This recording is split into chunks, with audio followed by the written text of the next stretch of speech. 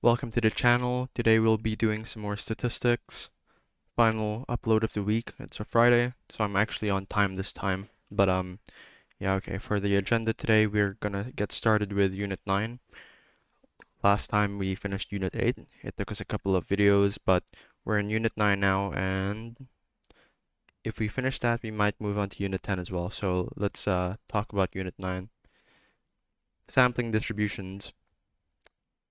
Pretty sure I've learned about this in the past, but what it covers, I'm not quite sure what topics it covers, but okay. Let's just read through this. Bridges the gap between theoretical probability and practical statistics, where students learn one of the most profound insights in statistics. Even if individual measurements are highly variable, averages and proportions from samples follow predictable patterns. The central limit theorem explains why so many statistical methods work regardless of the underlying population distribution. This unit also introduces the critical distinction between biased and unbiased estimators, which determines whether your statistical methods will give you accurate information about populations.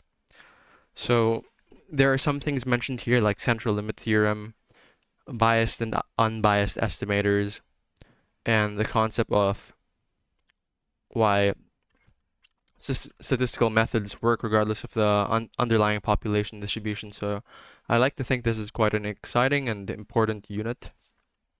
And then we can discuss Unit 10 if we get to it. But let's get started with sampling distributions. Okay.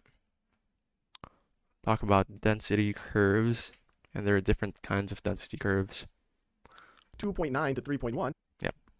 What we're going to do in this video is think about how to visualize distributions of data, and then to analyze those visualizations. And we will eventually get to something known as a density curve. But let's start with a simple example, just to review some concepts. Let's say I go to 16 students, and I ask them to measure how many glasses of water they drink per day for the last 30 days, and then to average it.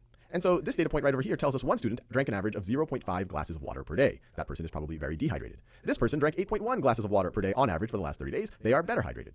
If we want to visualize that, we can set up a frequency histogram, where we can create some categories. So this first category would be for data points that are greater than or equal to 0 and less than 1. And we can see that 2 data points fall into that category, and that's why the bar right over here for that category is up to 2. This category right over here is greater than or equal to 3 and less than 4. Notice there are 4 data points in that category, and on this frequency histogram, the height of the bar is indeed 4. So this is a nice way of looking at a distribution, but you might be more concerned with what percentage of my data falls into each of these categories. And that becomes especially interesting if we have many data points. And if we had 1,600,432,507 data points, well, just knowing the absolute number that fit into each category isn't so useful. The percent that fits into each category is a lot more useful.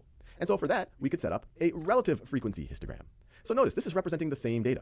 But in that first category, instead of the bar height being 2, the bar height is now 12.5%. Why is that? Because 2 of the 16 data points fall into this category. 2/16 is 1/8, which is 12.5%. In this one right over here, notice, instead of the height being 4 for 4 data points, it's now 25%. But these are saying the same thing. 4 out of the 16 data points fall into this category. 4/16 is 1/4, which is 25%. So both of these types of histograms are really useful, and you will see them used all of the time. But there are also cases where you have many more data points, and you want more granular categories. So what you could do is, well, let's just make our categories a little more granular. So for example, instead of them being 1 glass of water wide, maybe make them half a glass of water wide. So this first category could be greater than or equal to 0 and less than 0.5. And that will give you a clearer picture. And I'm now assuming a world where we have more than 16 data points. Maybe we have 16 million data points. This would be percentages on the left-hand side. But maybe that isn't good enough for you. Maybe you want to get even more granular. So you make everything, each category, a quarter of a glass. But maybe that doesn't satisfy. You want to get more and more granular. Well, you can imagine where this is going. You could get to a point where you're approaching an infinite number of categories, and each category is infinitely thin, is super thin, to the point that if you just connect the tops of the bars, that you will actually get a curve. And this type of curve is something that we actually use in statistics. And as promised at the beginning of the video, this is the density curve we talk about. And what's valuable about a density curve, it is a visualization of a distribution where the data points can take on any value in a continuum. They're not just... I want to say I'm so dumb, but it's been so long since I've heard this being referred to as a density curve. That's what it is. I know it as a density curve. But I was thinking, like, what is a density curve? Yeah, okay, so anyways, it's kind of like a histogram, but it takes on continuous values. Okay, whatever. Thrown into these coarse buckets. So how would you interpret something like this? If you look over the entire interval from 0, let's say, to 9, assuming no one drank more than an average of 9 glasses per day, even in our 16 million data points, well, then the area under the curve over that interval is going to be 100%, Yep. or 1.0. Similar to a This is going to be true histogram. for any density curve, that the entire area of the curve is 100%. It represents all of the data points. A density curve will also never take on a negative value. You won't see the curve dip down and do something strange like that. Now, with that out of the way, let's think about how we would make use of it. If I wanted to know what percentage of my data falls between 2 and 4 glasses, well, I would look at that interval. I'd go from 2 to 4. I would look at this interval right over here, and I would try to figure out the area under the curve here. And this area is going to be greater than or equal to 0 and less than or equal to 100%. When I eyeball right over here, it looks like it's about 40% of the entire area under the curve. So just eyeballing it, I would say roughly 40% of my data falls into this interval. If I were to ask you what percentage of the data is greater than 3, well, then you would be looking at this area. And it looks like it is about 50%, but once again, I am estimating it. That might spell advantage. Okay, so pretty straightforward. We'll move on to whatever this video is. Consider the density curve below. And so we have a density curve that describes Find the probability that x is less than 4. The probability distribution for a continuous random variable. This random variable can take on values from 1 to 5 and has an equal probability of taking on any of these values from 1 to 5. Find the probability that x is less than 4. So x can go from 1 to 4, or there's no probability that it'll be less than 1. So we know the entire 1, 2, 3, 0.75, right? Yep. Higher area under the density curve. So area with the subvectors. Let h be the height of a randomly selected student.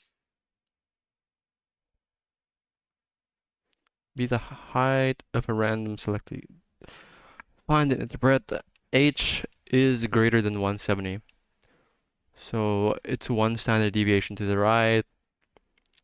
And then you look at the area it occupies above that.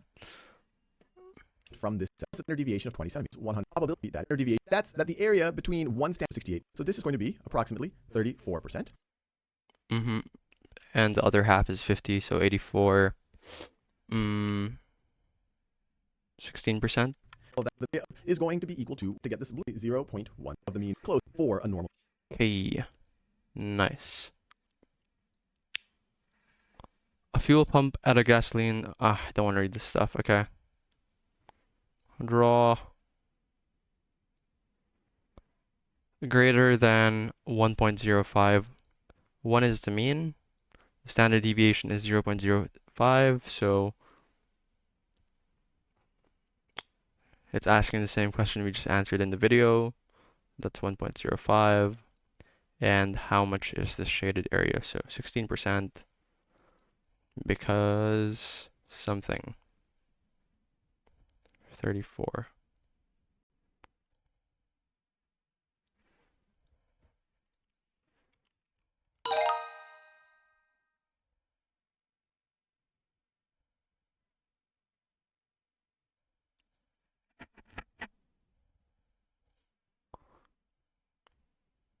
Approximately normal. 497. And it's asking for less than 1200.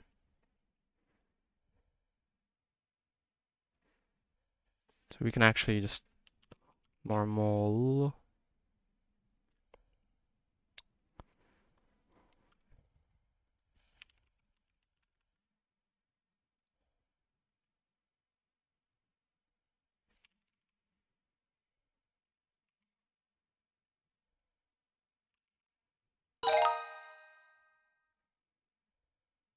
Same thing, but between two values.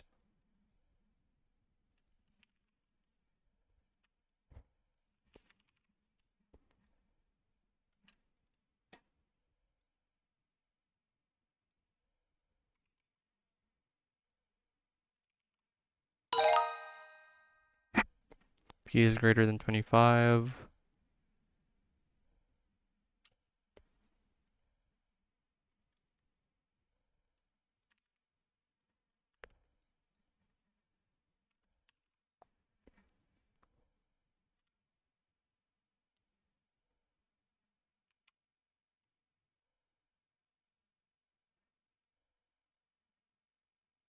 X is above 25. Above 25, yep.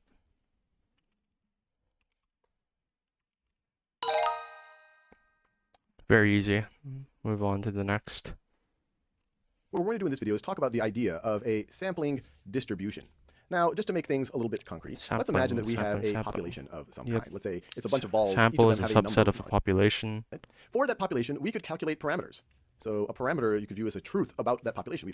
Okay. A parameter is a truth about a population. The videos.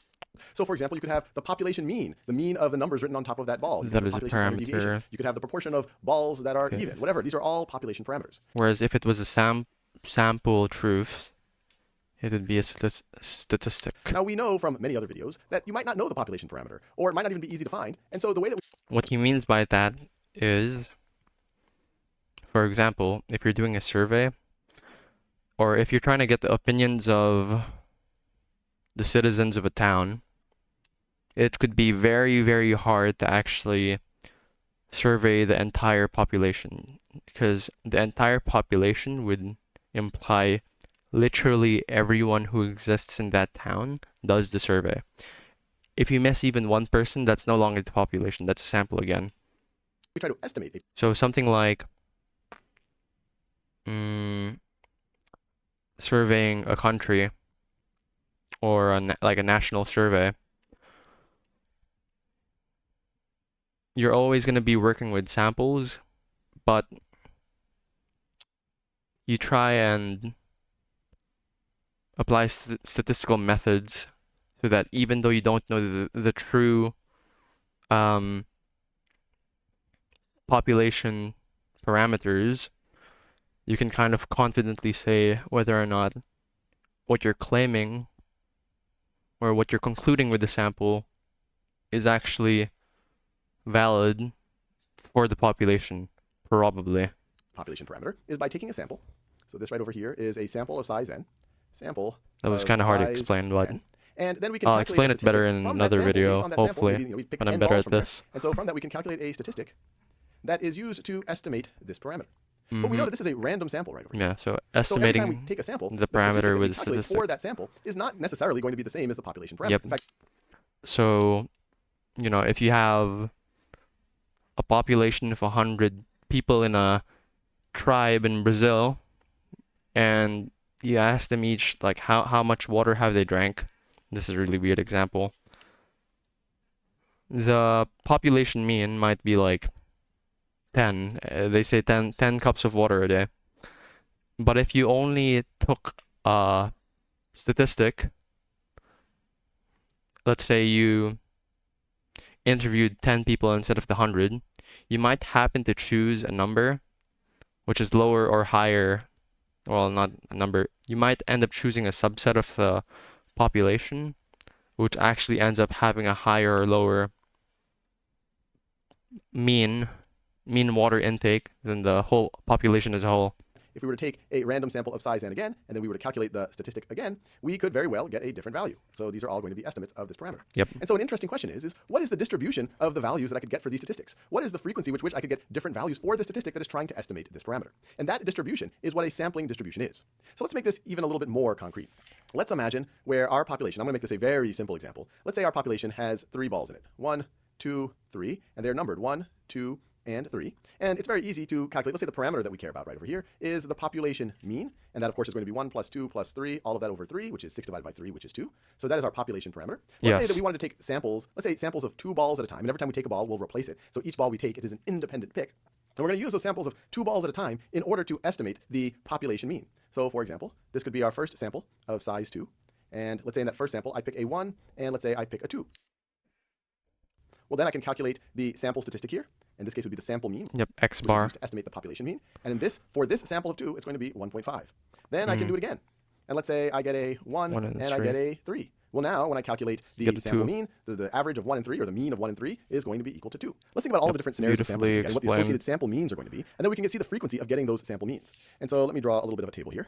So make a table right over here. And let's see, these are the numbers that we pick. And remember, when we pick one ball, we'll record that number, then we'll put it back in, and then we'll pick another ball. So these are going to be independent events, and it's going to be with replacement. And so let's say we could pick a 1 and then a 1. We could pick a 1, then a 1 and a 3. We could pick a 2 and then a 1. We could pick a 2 and a 2, a 2 and a 3. We could pick a 3 and a 1, a 3 and a 2, or a 3 and a 3. There's 3 possible balls for the first pick and 3 possible balls for the second because we're doing it with replacement. And so what is the sample mean in each of these for all of these combinations? So for this one, the sample mean is 1. Here it is 1.5. Here it is 2. Here it is 1.5. Here it is 2. Here it is 2.5. Here it is 2. Here it is 2.5. And then here it is 3. And so we can now plot the frequencies of these possible sample means that we can get. And that plot will be a sampling distribution of the sampling distribution. Okay, so it just shows the range of values. Maybe not the range. Maybe a set of values that your statistic could take. Sample means. So let's do that. So let me make a little chart right over here, a little graph right over here. So these are the possible distributions. Possible sample means. We can get a 1, we could get a 1.5, we could get a 2, we could get a 2.5, or we can get a 3. And now let's see the frequency of it. And I will put that over here. Sampling and so distribution. let's see, how many 1s out of our 9 possibilities we have, how many were 1? Well, only one of the sample means was 1. And so the relative frequency, if we just said the number, we could make this line go up 1, or we could just say, hey, this is going to be 1 out of the 9 possibilities. And so let me just make that, I'll call this right over here. This is 1/9. Now what about 1.5? Let's see, there's 1, 2 of these possibilities out of 9. A sampling distribution essentially shows us how a statistic varies across different samples and helps us understand the likelihood of different outcomes when sampling from a population. Okay, that's a pretty good explanation. 9. So 1.5, it would look like this. So it This right basically shows you how a statistic varies. And now what about 2? Well, we can see there's or 1, how it can 2, vary. 3. So 3 out of the 9 possibilities. And then you're we dealing got with A2. probabilities So this again. is 2, about 2, pick A 2. 4. So it's normally distributed here. Why is it normally distributed? I guess because you're taking the average and I don't sample know. mean. Okay. 4 for n equals 2. Ooh. Or for sample size of 2. Okay. Let's do central limit theorem. So sampling distributions, it's a distribution of the values a particular statistic can take. Easy. In this video, I want to talk about what is easily one of the most fundamental and profound concepts in statistics, and maybe in all of mathematics, and that's the central limit theorem. Wow. Central limit. In this video, I want to talk about what is easily one of the most fundamental and profound concepts in statistics. This video and maybe is in so all old that it's only in 480p. of mathematics, and that's the central limit theorem. He's just talking into a radio mic. Limit theorem. And what it tells us is we can start off with any distribution that has a well-defined mean and variance, and if it has a well-defined variance, it has a well-defined standard deviation. And what it tells us is we can start off with any distribution that has a well-defined mean and This is too important, so I'm going to make it a bit slower. variance. In this video, I want to talk about what is easily one of the most fundamental and profound concepts in statistics, and maybe in all of mathematics, and that's the central limit theorem. Central limit theorem. And what it tells us is we can start off with any distribution that has a well-defined mean and variance, and if it has a well-defined variance, it has a well-defined standard deviation. And it could be a continuous distribution or a discrete one. I'll draw a discrete one just because it's easier to imagine, at least for the purposes of this video. So let's say I have a discrete probability distribution function, and I want to be very careful not to make it look anything close to a normal distribution because I want to show you the power of the central limit theorem. So let's say I have a distribution. Let's say it can take on values 1 through 6. 1, 2, 3, 4, 5, 6. It's some kind of crazy dice that's very likely to get a 1. Let's say it's impossible. Let me make that a straight line. You're very high likelihood of getting a 1. Let's say it's impossible to get a 2. Let's say it's an okay likelihood of getting a 3 or a 4. Let's say it's impossible to get a 5. Let's say it's very likely to get a 6 like that. So that's my probability distribution function. If I were to draw a mean, this is symmetric, so maybe the mean would be Looks like a something creeper like that. in The mean would Minecraft. be halfway, so that would be my mean right there. The standard deviation maybe it'd be that far and that far above and below the mean. But that's my discrete probability distribution function. Now what I'm going to do here, instead of just taking samples of this random variable that's described by this probability distribution function, I'm going to take samples of it, but I'm going to average the samples and then look at those samples and see the frequency of the averages that I get. And when I say average, I mean the mean. So let's say, let me Wait. If I were to draw a mean, this is symmetric, so maybe the mean would be something like that. The mean would be halfway, so it's impossible to get a 5. And let's say it's very likely to get a 6 like that. So that's my probability distribution function. If I were to draw a mean, this is symmetric, so maybe the mean would be something like that. The mean would be halfway, so that would be my mean right there. The standard deviation maybe it'd be that far and that far above and below the mean. But that's my discrete probability distribution function. Now what I'm going to do here, instead of just taking samples of this random variable that's described by this probability distribution function, I'm going to take samples of it, but I'm going to average the samples and then look at those samples and see the frequency of the averages that I get. And when I say average, I mean the mean. So let's say, let me define something. Let's say my sample size, and I could put any number here, but let's say first off we try a sample size of n is equal to 4. And what that means is I'm going to take 4 samples from this. So let's say the first time I take 4 samples, so my sample size is 4. Let's say I get a 1, let's say I get another 1, and let's say I get a 3, and I get a 6. And this distribution is showing it's the sampling distribution for a rigged dice. So that right there is my first sample of sample size 4. And I know the terminology can get confusing because this is a sample that's made up of 4 samples. But when we talk about the sample mean and the sampling distribution of the sample mean, which we're going to talk more and more about over the next few videos, normally the sample refers to the set of samples from your distribution, and the sample size tells you how many you actually took from your distribution. But the terminology can be very confusing because you could easily view one of these as a sample. But we're taking 4 samples from here. We have a sample size of 4. And what I'm going to do is I'm going to average them. So let's say the mean, I want to be very careful when I say average, the mean of this first sample of size 4 is what? 1 plus 1 is 2, 2 plus 3 is 5, 5 plus 6 is 11, 11 divided by 4 is what? 2.75. 2.75. That is my first sample mean for my first sample of size 4. Let me do another one. My second sample of size 4. Let's say that I get a 3, 4, let's say I get another 3, and let's say I get a 1. I just didn't happen to get a 6 that time. And notice, I can't get a 2 or a 5. It's impossible for this distribution. The chance of getting a 2 or 5 is 0, so I can't have any 2s or 5s over here. So for the second sample of sample size 4, my sample mean for my second sample mean is going to be 3 plus 4 is 7. 7 plus 3 is 10. Plus 1 is 11. 11 divided by 4, once again, is 2.75. Let me do one more because I really want to make it clear what we're doing here. So I do one more. Actually, we're going to do a gazillion more, but let me just do one more in detail. So let's say my third sample of sample size 4, I get, so I'm going to literally take 4 samples. So my sample is made up of 4 samples from this original crazy distribution. Let's say I get a 1, and a 6, and a 6. And so my third sample mean is going to be 1 plus 1 is 2, 2 plus 6 is 8, 8 plus 6 is 14, 14 divided by 4, 14 divided by 4 is what? 3.5. 3.5.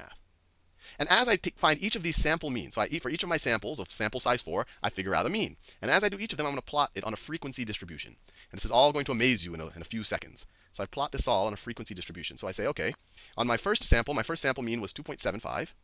So I'm plotting the actual frequency of the sample means I get for each sample. So 2.75, I got it one time. So I'll put a little plot there. So that's from that one right there.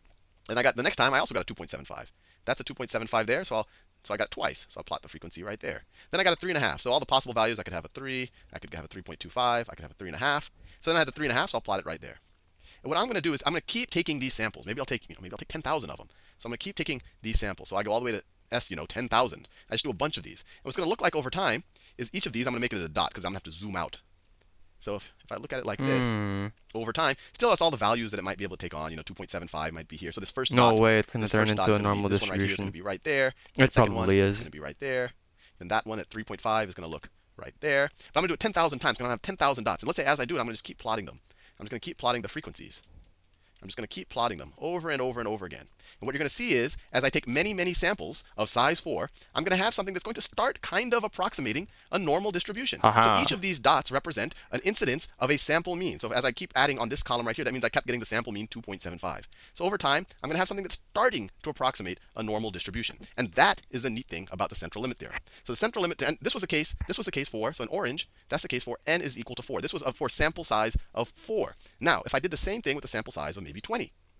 So in this case, instead of just taking 4 samples from my original crazy distribution, every sample, I take 20 instances of my random variable, and I average those 20, and then I plot the sample So sample size is greater. mean on here. So in that Not case, more I'm samples, but the sample going to size have a is distribution that greater, looks like okay. this.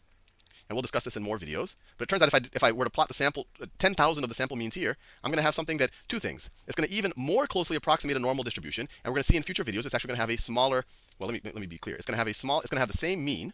So that's the mean. This is going to have the same mean. But it's going to have a smaller standard deviation. So I should plot these from the bottom because you kind of stack it. One you get one, in another instance, and another instance. It's going to But this is going to approximate more and more closer to approach a normal distribution. So the standard reality is, and this is what's super cool about the central limit theorem, as your sample size becomes larger, or you can even say as it approaches infinity, but you really don't have to get that close to infinity to really get close to a normal distribution. Even if you have a sample size of 10 or 20, you're already getting very close to a normal distribution. In fact, about as good an approximation as we see in our everyday life. But what's cool is we can start with some crazy distribution, right? This has nothing to do with a normal distribution. But if we have a sample size, this was n equals 4, but if we have a sample size of n equals 10 or n equals 100. And we were to take 100 of these instead of 4 here and average them and then plot that average, the frequency of it. Then we do take 100 again, average them, take the mean, plot that again. And if we were to do that a bunch of times, in fact, if we were to do that an infinite time, we would find that especially if we had an infinite sample size, we would find a perfect normal distribution. You know what? I guess that kind of makes sense. Okay, so let's imagine we had a sample size of 1 and we're getting the average. And because you're only getting a sample size of 1, you're basically only getting one value. You can get a 1, you can get a 3, you can get a 4, you can get a 6. So your means for the various different samples would just be 1, 3, 4, and 6. And it would look exactly like this. Oh, I just realized. Yep. Okay. But then as you increase the sample sizes, more values arise, it becomes more granular. When you calculate for things like x bar, sample mean. So it kind of makes sense. In fact, not kind of, it does make sense. We would find that especially if we had an infinite sample sample size, we would sizes. find a perfect Sample sizes and number of samples. Normal distribution. That's the crazy thing. Or number it doesn't of... apply just to taking the sample mean. Here we took the sample mean. So the sampling distribution approaches a normal distribution as sample sizes get larger.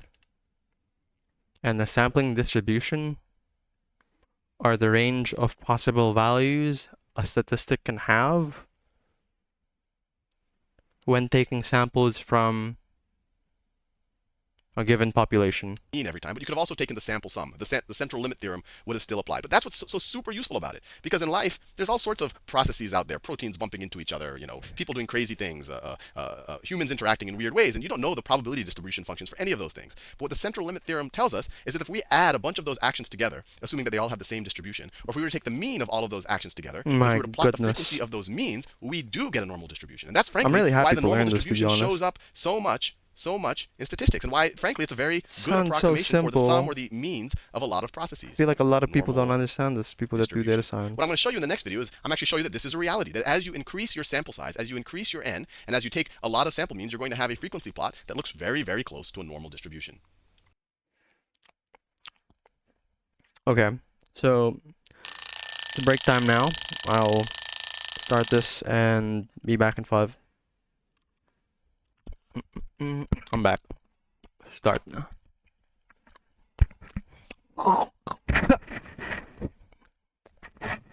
Jesus Christ. Oh my god, I just spat. I swallowed half my gum and it broke off, and that is disgusting. Oh my god. In the last video, we learned about what is quite possibly the most profound idea in statistics, and that's the central limit theorem. And the reason why it's so neat is we can start with any distribution that has a well-defined mean and variance. Actually, I wrote the standard deviation in the last video. That should be the mean. And let's say it has some variance. I could write it like that, or I could write the standard deviation there. But as long as that neat. In the last video, we learned about what is quite possibly the most profound idea in statistics. And that's the central limit theorem. And the reason why it's so neat is we can start with any distribution that has a well-defined mean and variance. Actually, I wrote the standard deviation in the last video. That should be start with mean and let's say it has some variance. I could write it like that, or I could write the standard deviation there. But as long as it has a well-defined mean and standard deviation, I don't care what this distribution looks like. What I can do is take samples in the last video of, say, size 4. So in this, that means I take literally 4 instances of this random variable. This is one example. I take their mean, and I consider this the sample mean for my first trial, or you could almost say for my first sample. I know it's very confusing because you can consider that a sample.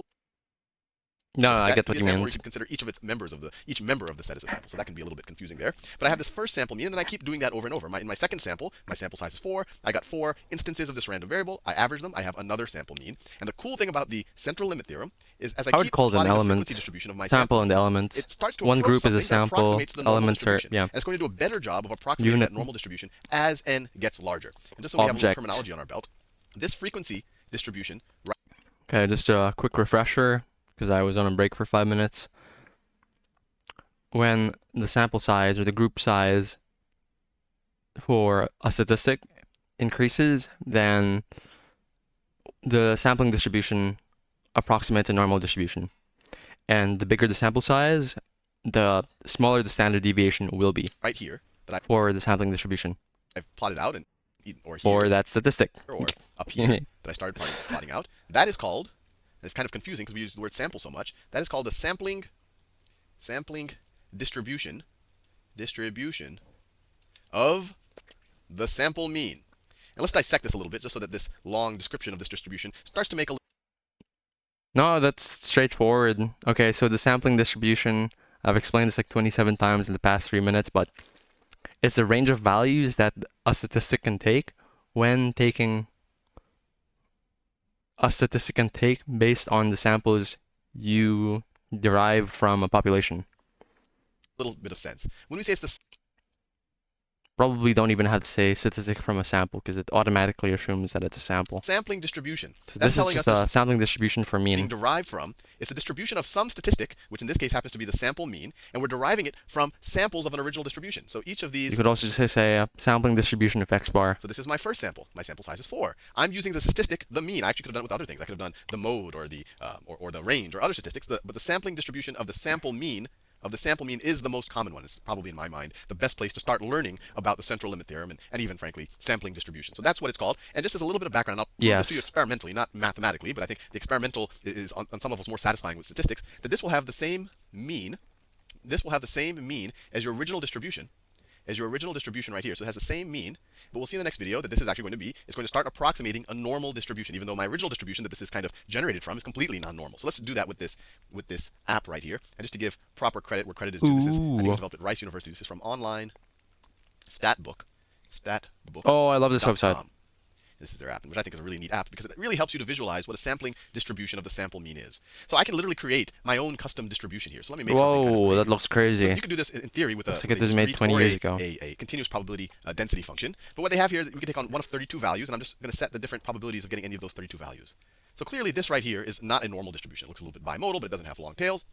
But what I want to do is first just use the simulation to understand, or to better understand, what the sampling distribution is all about. So what I'm going to do is I'm going to take, we'll start with 5 at a time. So my sample size is going to be 5. And so when I click animated, what it's going to do is going to take 5. I kind of want to sampling distribution simulator. Online stat book.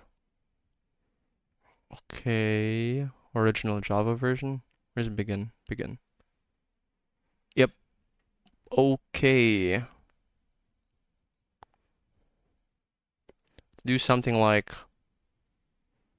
what he did a while ago. 5, 10, sample 5. Is it sample size or number of samples? No, I think it's sample size. Animated.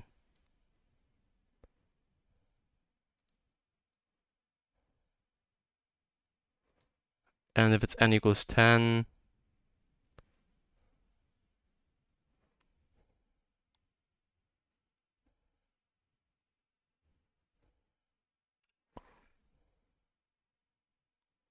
I wish it could go faster, but okay, let's just watch him. Let's see how he uses it. From this probability distribution function. It's going to take 5 samples, and you're going to see them when I click animated. It's going to average them and plot the average down here. And then I'm going to click it again. It's going to do it again. So there you go. It got 5 samples from there. It averaged them, and it hit there. Oh, what did I just do? I clicked. Oh, I wanted to clear that. Let me make this bottom one none. So let me do that over again. So I'm going to take 5 at a time. So I took 5 samples from up here, and then it took its mean and plotted the mean there. Let me do it again. 5 samples from this probability distribution function, plotted it right there. I could keep doing it. It'll take some time, but you can see I plotted it right there. Now, I could do this 1,000 times. It's going to take forever. Let's say I just wanted to do it 1,000 times. So this program, just to be clear, it's actually generating the random numbers. This isn't like a rigged program. It's actually going to generate the random numbers according to this probability distribution function. It's going to take 5 at a time, find their means, and then plot the mean. So if I click 10,000, it's going to do that 10,000 times. So it's going to take 5 numbers from here 10,000 times and find their means 10,000 so good. times, and then plot the 10,000 means here. So let's do that. Whoa. So there you go. Notice, it's already looking a lot like a normal distribution. And like I said, Wait. Okay, how many samples? 10,000. Okay, if we did n equals 25 and then we did 100k, yeah, it looks a lot like a fit normal. Normal, clear, uniform, skewed. So this doesn't matter. This doesn't matter. Nope, does not matter. Yep.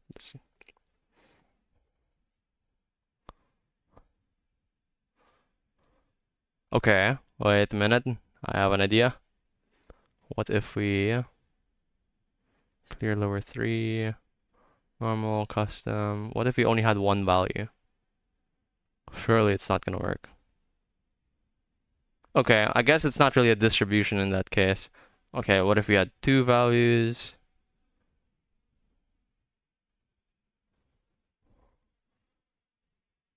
Is this mean? Yeah, okay. If we had something like that, something like that. Oh, wait.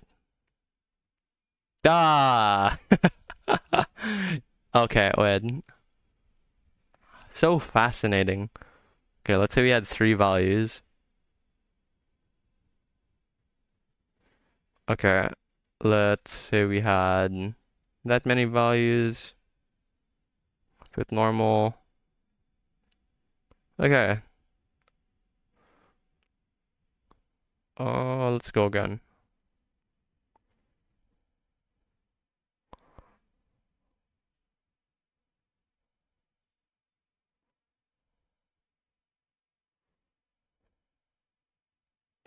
So you kind of need a wide range of possible values for this to work, but it doesn't make sense. Okay, so The original mean of my crazy distribution here was 14.45, and the mean of, after doing 10,000 samples or 10,000 trials, my mean here is 14.42, so I'm already getting pretty close to the mean there.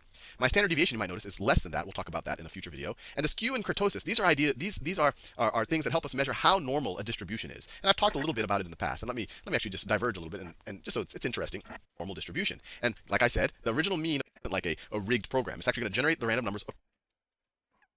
wait, one more. Okay, so say we have a skewed distribution, and then we have a n equals 5. We do 10,000 samples.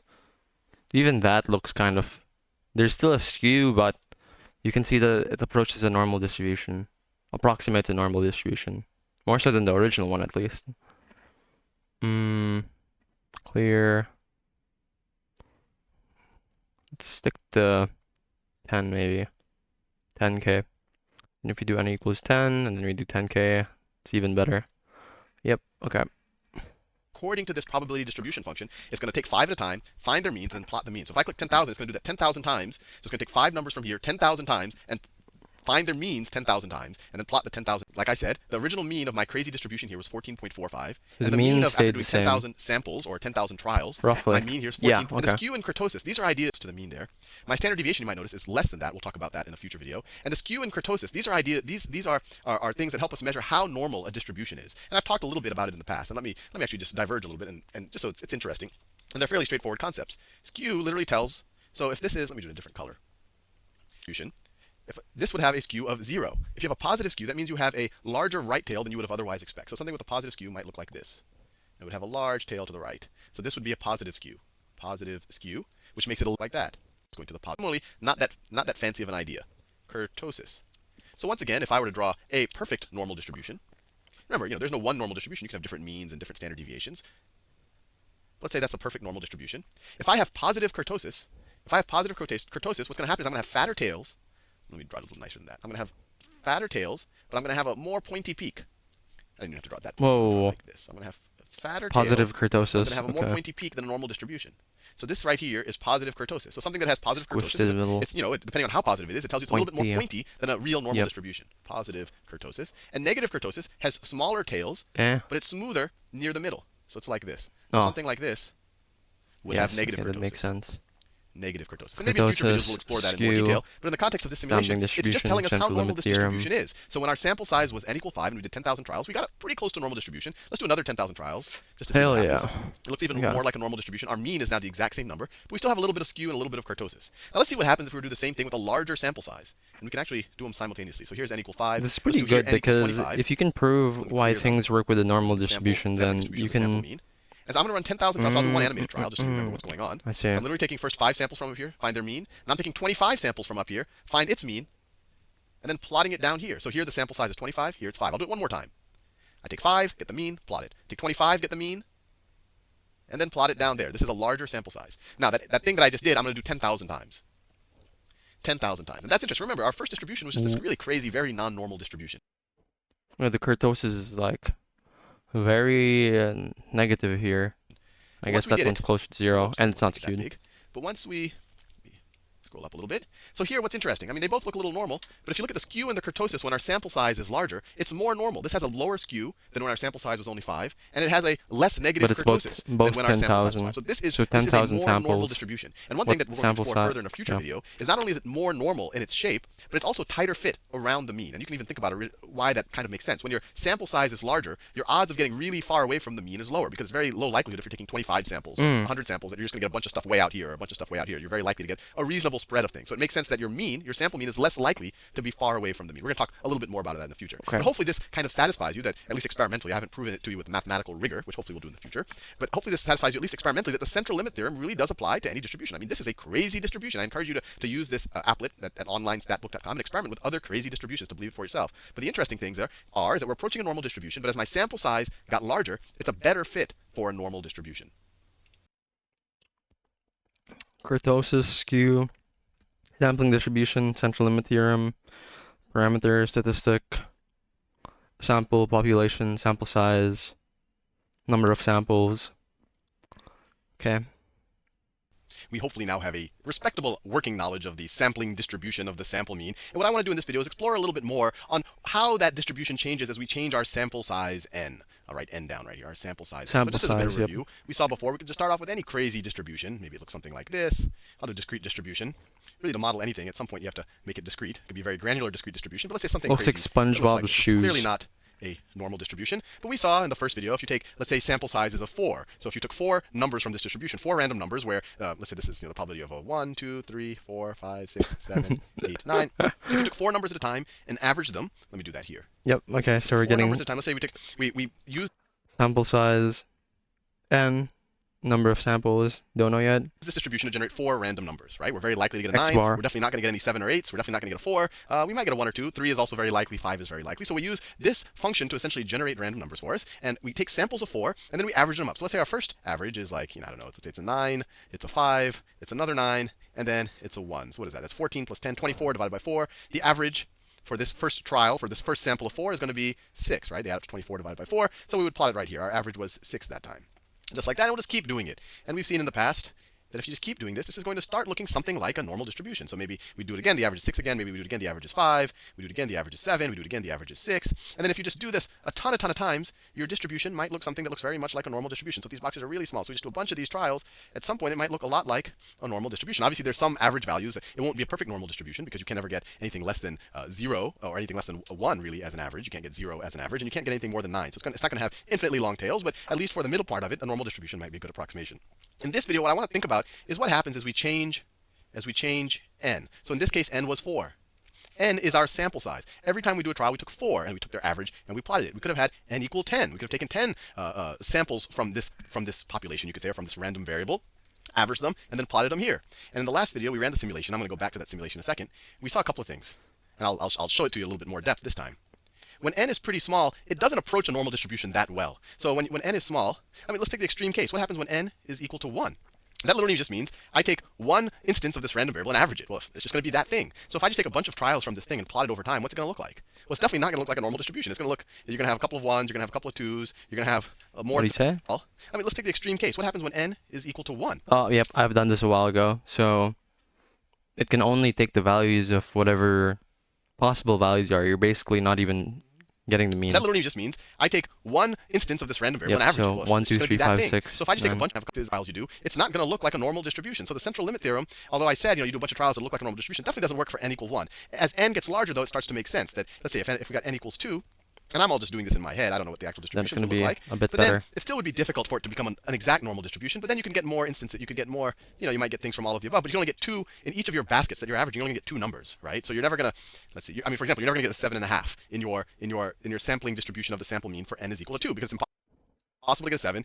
And it's impossible to get an 8. So you're never gonna get 7.5 as. So maybe when you plot, when you plot it, maybe maybe it looks like this, but there'll be a gap at 7.5 because that's impossible, and maybe it looks something like that. So it still won't be a normal distribution when n is equal to 2. So there's a couple of interesting things here. So one thing, and I didn't mention this the first time because I really wanted to get the gut sense of what the central limit theorem is. The central limit theorem says as n approaches really as it approaches infinity, then is when you get the real normal distribution. normal distribution. But in kind of everyday practice, you don't have to get that much beyond n equals 2. If you get to n equals 10 or n equals 15, you're getting very close to a normal distribution. So this converges to a normal distribution very quickly. Distribution. Now the other thing is you obviously want many, many trials. So this is your sample size.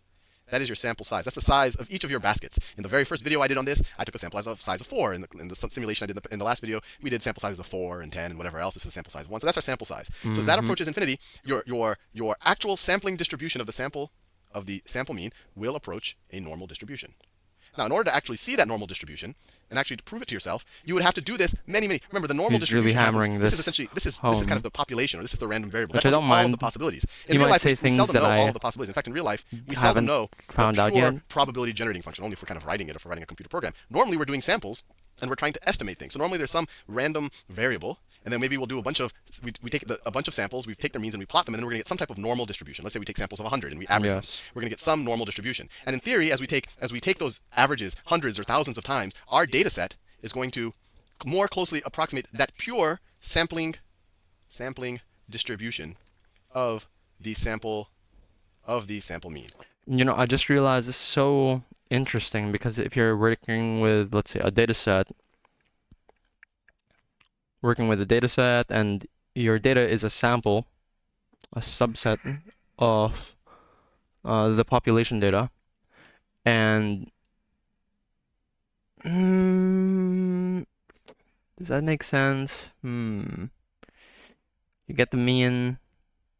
If you get the mean, I don't know. Okay. This thing is a real distribution. It's a real distribution with a real mean. Its mean, it has a pure mean. My Its brain mean, is braining. So the mean of the the mean of the sampling distribution of the sample mean, we'll write it like that.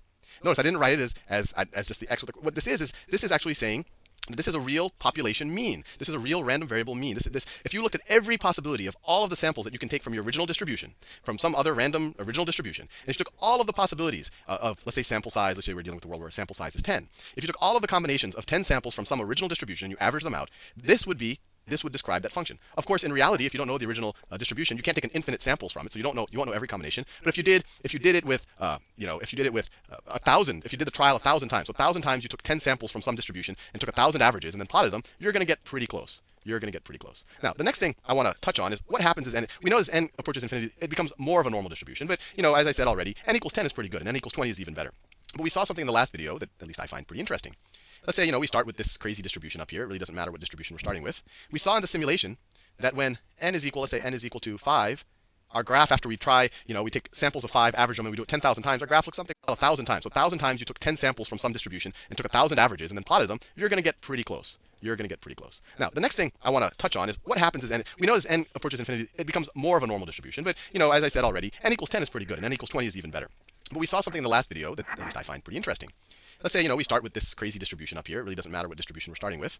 We saw in the simulation that when n is equal, let's say n is equal to 5, our graph, after we try, we take samples of 5, average them, and we do it 10,000 times, our graph looks something like this. It's kind of wide like that. Yeah, And then when we did n is equal to 10, our graph looked it was actually a little bit squeezed in like that, a little bit more.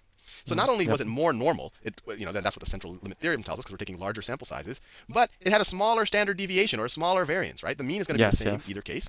But when our sample size was larger, our standard deviation. Oh, yes. Okay. So not kurtosis. I mean, you could argue maybe that looks like it has lower kurtosis or whatever because the tails are. Oh, no. Deviation I'm tripping. became smaller. In fact, our standard deviation became smaller than our original population distribution. So our original probability density function. Let me show you that with a simulation. So let me clear everything. And this simulation is as good as any. So the first thing I want to show, or this distribution is as good as any. The first thing I want to show you is that n of 2 is really not that good. So let's compare an n of 2 to, let's say, an n of 16. So when you compare an n of 2 to an n of 16, let's do it once. So you get 2 trials, you average them, and then it's going to do it 16. And then it's going to plot it down here, and average it there. Let's do that 10,000 times. So notice, when you took an n of 2, even though we did it 10,000 times, this is not approaching a normal distribution. You can actually see it in the skew and kurtosis numbers. It has a rightward positive skew, which means it has a longer tail to the right than to the left. And then it has a negative kurtosis, which means that it's a little bit, it has shorter tails and smaller peaks than a standard normal distribution. Now, when n is equal to 16, you do the same. So every time we took 16 samples from this here, and notice the mean is the same in both places, but here all of a sudden our kurtosis is much smaller and our skew is much smaller. So we are more normal, more distribution because it's a very non-normal distribution. It looks like a bimodal distribution of some kind.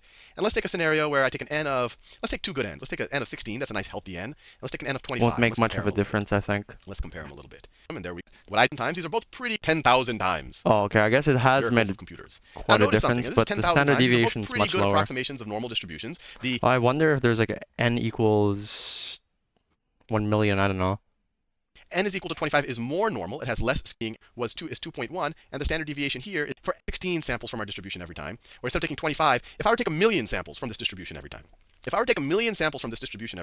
that sample mean is always going to be pretty darn close to my mean. If I take a million samples of everything, if I try to essentially try to estimate a mean by taking a million samples, I'm going to get a pretty good estimate of that mean. The probability that that a bunch of a million numbers are all out here is very low. So if n is a million, of course, all of my sample means when I average them are all going to be really tightly focused around the mean itself. And Yeah, that makes sense because if your sample sizes, let's say extreme case, your population is 100 and your samples are like 99. Sample size 99. You're basically getting the population parameter every time.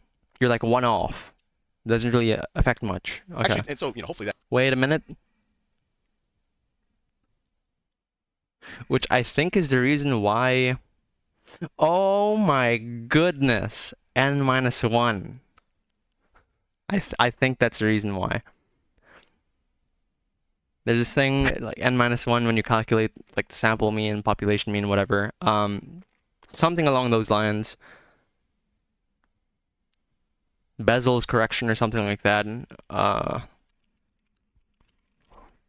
If you're watching this part of the video, you're probably like, oh my god, this guy's losing it. N minus 1.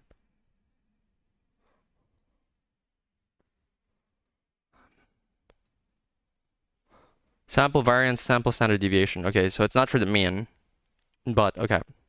That kind of makes sense to you as well. Unbiased So think estimator. about it. Or even use this tool and experiment with it, just so you can trust that is really the case. And it actually turns out that there's a very clean formula that relates the standard deviation of the original probability distribution function to the standard deviation of the sampling distribution of the sample mean. And as you can imagine, it is a function of your sample size, of how many samples you take out in every basket before you average them. And I'll go over that in the next video.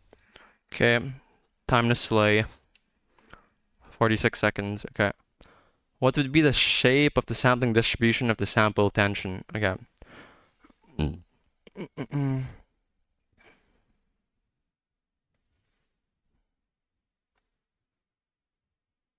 The resulting rackets have a mean standard deviation.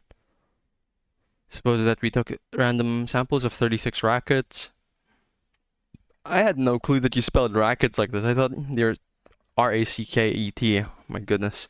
And calculated the sample mean tension from each sample. We can assume that the rackets in each sample are independent. Sampling distribution of the sample mean tension. Random samples up. Okay. Pause. Break. 5 minutes. Okay, we're back. Start. Close. Start. Okay. Took random samples of 36 rackets. Okay.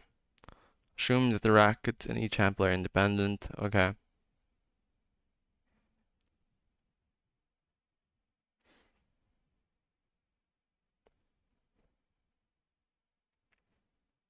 It could be unknown, it could be approximately normal. We don't know how many random samples. If it's like 5 samples, we know the sample size, but we don't know the number of samples, so let's do unknown. Approximately normal. Even though we don't know the shape of the population distribution. Okay. Next question. Random samples of 6 students. Calculated X bar. We can assume that the students in each sample are independent.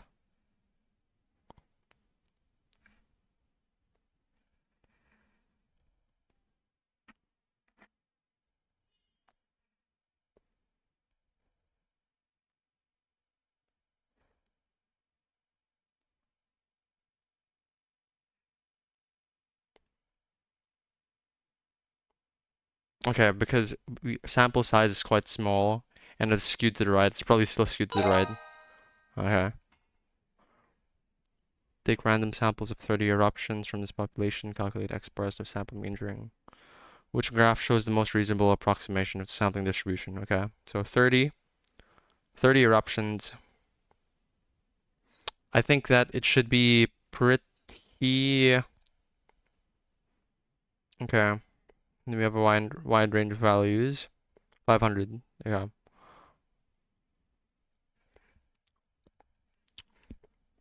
Mu is 210. Okay, all of these are around 210. 30 is quite big. So I feel like it would be this. I mean, that looks the most normal.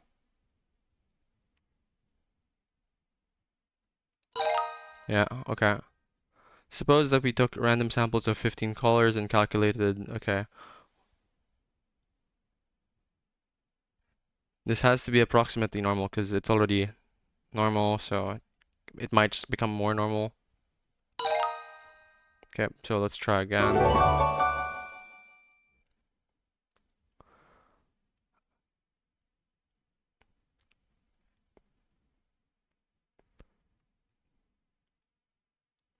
Unknown. It's unknown because sample size is small and we don't know what the original distribution looks like. Yep. What would be the shape of sampling distribution of x bar? 8 years, standard, strongly skewed to the right, independent. 30 teachers. It'd be approximately normal because there's so many teachers, right? Even if it was strongly right skewed. Suppose that we were to take random samples of 10 players. Okay, so it's strongly left skewed. What will be the shape of the sampling distribution? I think that it'd be still skewed to the left. 10 is like... I don't know if 10 is strong enough to make it approximately normal, but we're about to find out. What will be the shape of the sampling distribution of the sample mean distance?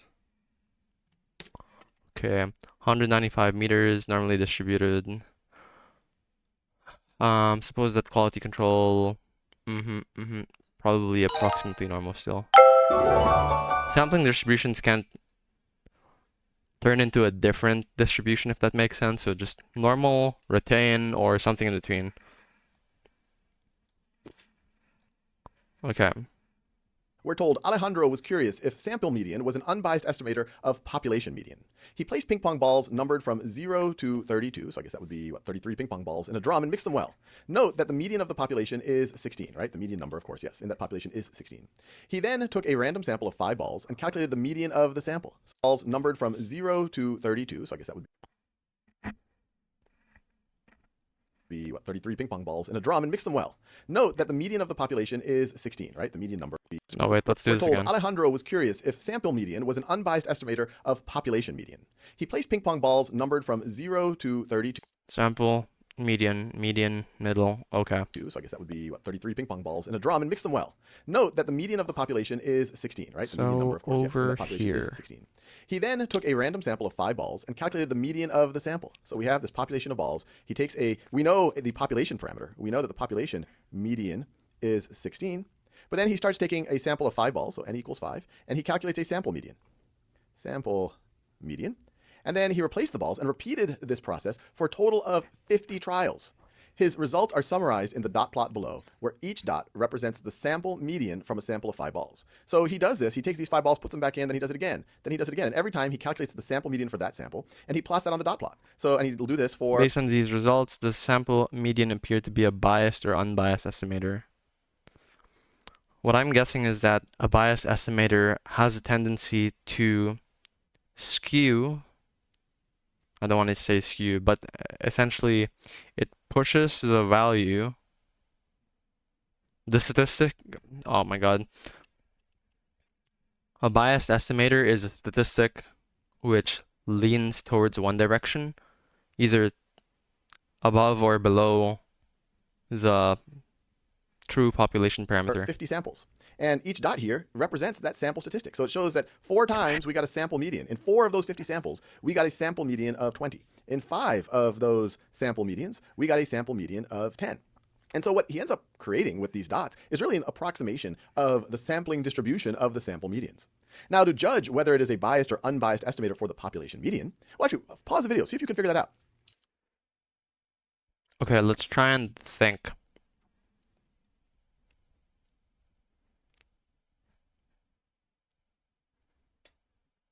Sample median, you're always taking the middle value.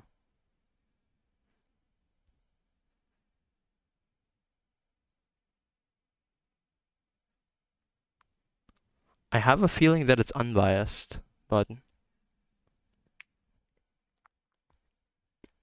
actually, hold on. Trying to imagine. Okay, so let's say we have 10 dots, one in each. Might be a bad example, but okay. Say we have 1 to 10, and the median is 5 or 5.5. Let's say we have 11, then the median is 6.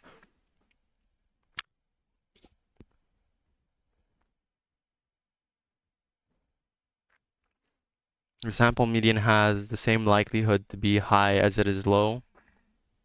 Say you go for 11 and 10, then you would end up with 10.5. You do 1 and 2, then you end up with 1.5.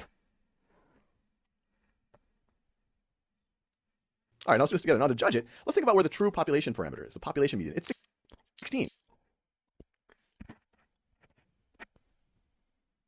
We know that. And so that is right over here, the true population parameter. So if we were dealing with a biased estimator for the population parameter, then as we get our approximation of the sampling distribution, we would expect it to be somewhat skewed. So for example, if Okay, let's say n equals 5. sampling, Okay, if this approximation of the sampling distribution looks something like that, then we say, okay, that looks like a biased estimator. Or if it was looking something like that, we'd say, okay, that looks like a biased estimator. But if this approximation for our sampling distribution that Alejandro is constructing, I was where we kind see of right. that roughly the same proportion of the sample statistics came out Skew below was the as right term. came out above the true parameter, and it doesn't have to be exact, but it seems roughly the case, this seems pretty unbiased. Oh, this is the sample median. Yeah, so okay. to answer the question, based on these results, it does appear that the sample median is an unbiased estimator of the... Yeah, okay. Biased, unbiased estimators, central limit theorem, sampling distribution, parameter, population statistic, kurtosis, skew, all of these terms. Just running them through my head. Okay. Based on these results, the sample maximum appeared to be a biased or unbiased estimator. I would say pretty unbiased. Might be slightly skewed to the left. Constantly overestimated the population maximum. What is it? Maximum was 90 points.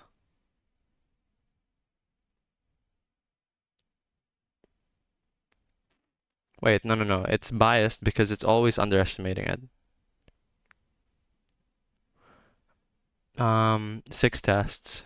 So 96, 97. How is that possible? Why is that? Oh. Yes, okay. Dot plot shows an approximation to the sampling distribution for 3 different estimators of the same population parameter. If the actual value of the population parameter is 8, which dot plot displays the estimator with both high bias and high variability? Bias. Have we talked about bias? Oh yeah, okay, so bias estimator. I see, okay.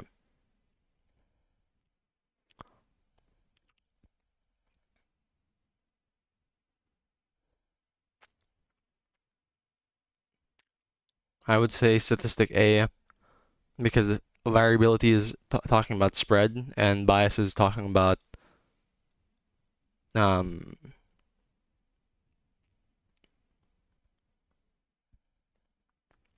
I want to say skew, but like it's not skewed shape, but the true population parameter is 8. The mean of statistic A is 5, so it's underestimating it. So biased estimator, yep, okay. That. Based on these results, the sample mean appeared to be a biased or unbiased estimator of population mean. The population mean is 16. Okay, let's see.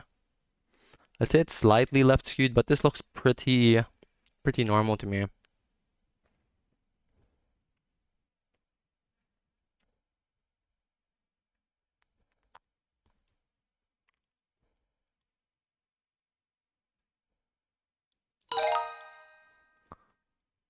Sample range appear to be a biased or unbiased of population range. 32. Hmm.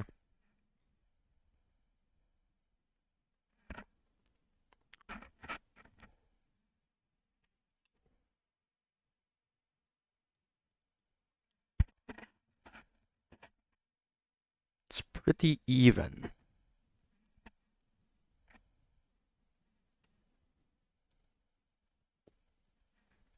I don't actually know how to interpret this, but okay, so each dot is a sample.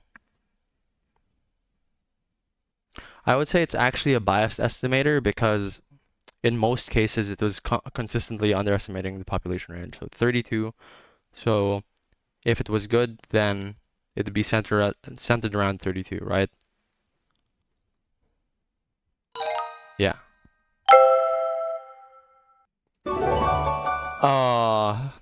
Hell yeah. Okay. Shh.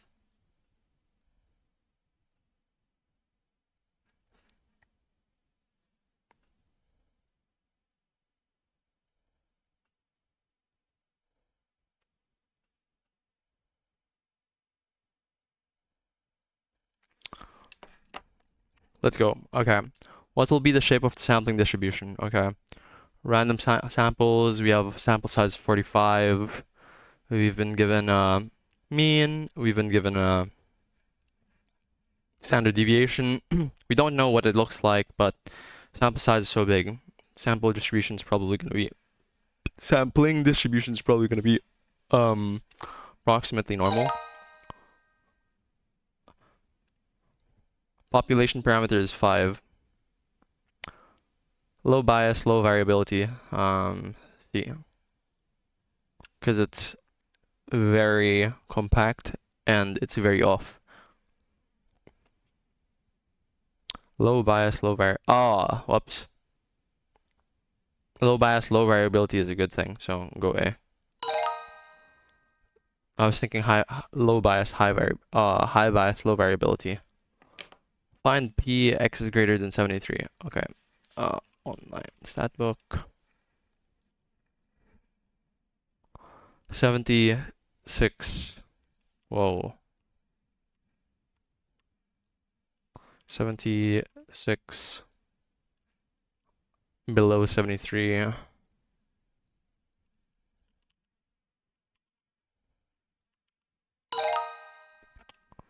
High bias, high variability. Parameter is 8. So high bias means it's off, high variability means it's spread. A. 130 x is between, okay. 150, 20, between 130 and 150.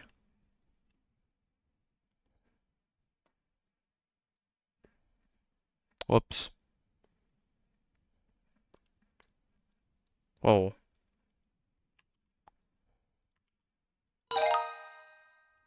Let's do, oh, well, it didn't mark me down.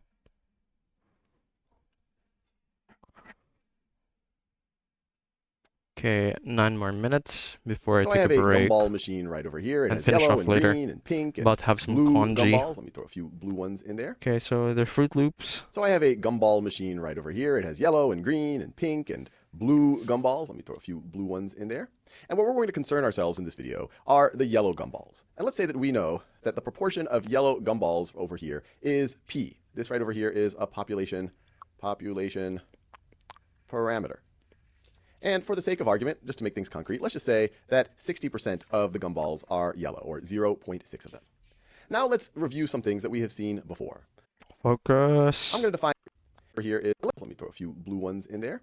And what we're going to concern ourselves in this video are the yellow gumballs. And let's say that we know that the proportion of yellow gumballs over here is P. This right over here is a population parameter. And for the sake of argument, just to make things concrete, let's just say that 60% of the gumballs are yellow, or 0.6 of them.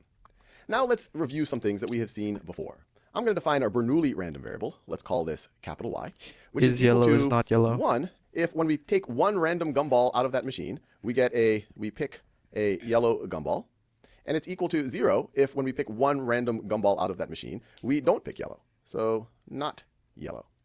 From previous videos, we know some interesting things about this Bernoulli random variable. We know its mean. We know the mean of our Bernoulli random variable. It's equal to... Shoot, what is the mean standard deviation? Standard deviation square root over... Is going to be the proportion of yellow balls in this population. So it's going to be equal to 0.6, which in this particular case we know is 0.6. And we know what the standard deviation of this Bernoulli random variable is. It is going to be P times 1 minus P. Actually, that's the variance. We want to take the square root of that to get the standard deviation. So in this particular scenario, that's going to be the square root of 0.6 times 0.4. Fair enough. This is all review so far. But now let me define another random variable x, which is equal to the sum of 10 independent trials of y. Now, we have seen random variables like this before. This is a binomial random variable. Yes. Now, what do we know about its mean and standard deviation? Well, Bernoulli random variable,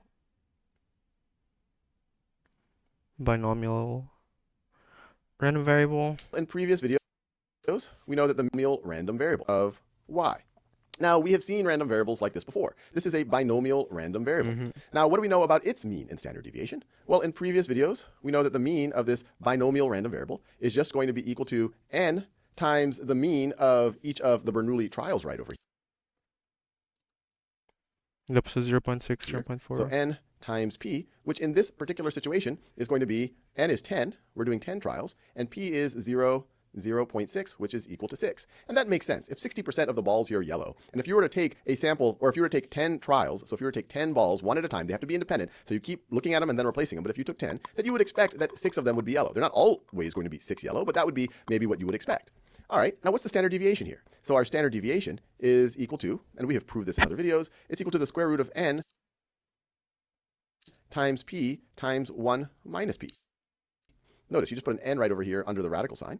And so this is going to get us, in this particular situation, to 10 times 0.6 times 0. Okay, hold up. Bernoulli random variable, classified as 1 or is yes or no, essentially. And then we have its mean, we have its standard deviation. Okay. And then we have this binomial random variable where we have fixed number of trials, independent trials, outcomes don't affect one another, and classified as yes or no. And then he's just reiterating how to calculate for the expected value and the standard deviation. And he's proved this in a previous video where the expected value for a binomial random variable is just n times p. Okay, makes sense. Super simple. And then to calculate the standard deviation, it's just the square root of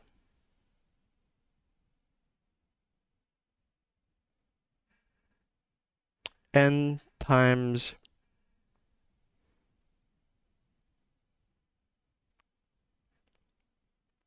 the standard deviation, or the variance, 0.4, and then the square root of everything. So all of this is review. If it's unfamiliar, I encourage you to review some of the videos on Bernoulli random variables and on binomial random variables. But what we're going to do in this video is think about a sampling distribution. And it's going to be the sampling distribution for a sample statistic known as the sample proportion, which we actually talked about sampling distribution. And it's going to be the sample on binomial random variables. But what we're going to do in this video is think about a sampling distribution. And it's going to be the sampling distribution for a sample statistic known as the sample proportion, which we actually talked about when we first introduced sampling distributions. So let's just park all of this. This is sample statistics, right sample proportion. Let's start taking okay. samples of 10. And I didn't pick that I'm one. guessing that what that means is What proportion of the population does your sample actually I want to represent? make it reconcile Maybe? with what we do Question with our random mark. variable here. And so let's take a sample. Okay. So P equals 0.6. 60% of the Fruit Loops are yellow. So if you got, a sample of the Fruit Loops, you might be interested in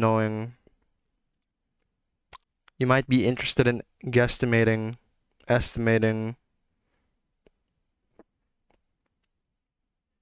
if the proportion of yellow Fruit Loops to non-yellow Fruit Loops in your sample, how that varies to the actual proportion of yellow Fruit Loops to non-yellow Fruit Loops in the population. Of 10 gumballs, and let's calculate the proportion that are yellow. And so we will call that our sample proportion, and I might as well just do that in yellow. So we want to calculate the sample proportion that are yellow. And what is this equivalent to? Well, you could say, well, this is just equivalent to my random variable x. I want to count the number of gumballs that are yellow, and then I'm going to divide it by the sample size. So I'm going to divide it by n. And in this case, it would be x divided by 10. I know what some of you are thinking. Wait, hold on for a second. X is sum of 10 independent trials right over here. To be independent, you can't just take 10 gumballs. You have to take them one at a time and then replace them back in order for them to be truly independent. But remember, we have our 10% rule. 10% independence rule assumption. We have our 10% rule, which tells us that if a sample is less than or equal to 10% of the population, then you can treat each of the gumballs in this situation as being independent. So let's just say, for the sake of argument, that there are 10,000 gumballs in here. And so we can feel pretty good that these samples, that each of the things in the sample are independent of each other by our 10% rule. And so each of these 10 gumballs, what we see, they are going to be independent. I'm going to put them in quotes by the 10% rule. And so in that situation, we can make this claim, or we can feel good that this claim is roughly true. And so Yes. Let's say for that first sample that we do, our sample proportion is equal to 0.3. So three of our 10 gumballs just happened to be yellow. Then we do it again. So we take another sample, we calculate our sample proportion. This N equals 10, that's our sample size, and then we're taking how many samples? again. Remember, it's trying to estimate our population parameter. And let's say that time it happens to be 7 out of 10. And we just keep doing that. And if we keep doing that and we plot it on a dot chart, or dot distribution, I guess we could say, where our possible outcomes, you could have 0 out of 10, 1 out of 10, 2, 3. Wait. Yep, our 4, sample 5, sizes 6, are 10, half of so them. 6, 7, 8, 9, 10. So that would be all of them. And so you could plot, okay, 0.3, 1, 2, 3. That's one scenario where I got 0, where my sample proportion is 0.3. Then 0.7, that's one situation where I got a 0.7. And let's say I were to take another sample of 10, and I were to get 0.7, then you would plot that over here. And if you kept taking samples and kept calculating these sample proportions and you kept plotting it here, you would get a better and better and better approximation for the sampling distribution of the sampling proportion. But how can we actually characterize the true sampling distribution for the sample proportion? What is going to be the mean of this sampling distribution, and what is going to be the standard deviation? Well, we can derive that from what we see right over here. The mean of our sampling distribution of our sample proportion is just going to be equal to the mean of our random variable x divided mean over variable x, this. by n. It's going to be the mean of x. I'll finish this video by before n, you go. which is equal to what? Well, the mean of x is n times p. This is n times p. You divided it by n, you're going to get p. And that makes sense. One way to think about it, the expected value for your sample proportion is going to be the proportion of gumballs that you actually see. And so this is also a good indicator that this is going to be a reasonably unbiased estimator. Now let's think about the standard deviation for our sample proportion. Well, we can just view that as our standard deviation of our binomial random variable x divided by n. So this is going to be equal to the square root of n times p times 1 minus p, all of that over n, which is the same thing as, if we divide by n inside the radical, it'd be the same thing as the square root of n p times 1 minus p over n squared. Divide the numerator and denominator by n, you will get the square root of p times 1 minus p, all of that over n. And so in this particular situation, where our parameter is 0.6, where our population parameter is 0.6, so it's going to be 0.6. That's the true proportion for our population. And then what would our standard deviation be for our sample proportion?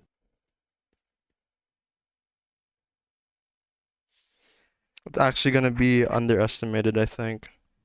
Well, it's going to be equal to the square root of 0.6 times 0.4, all of that over 10. And we can get a calculator out to calculate that. So if we take 0.6 times 0.4 equals divided by 10, equals, and then we take the square root of that, and we get it's approximately 0.15. Approximately 0.15. He didn't. Ah, damn.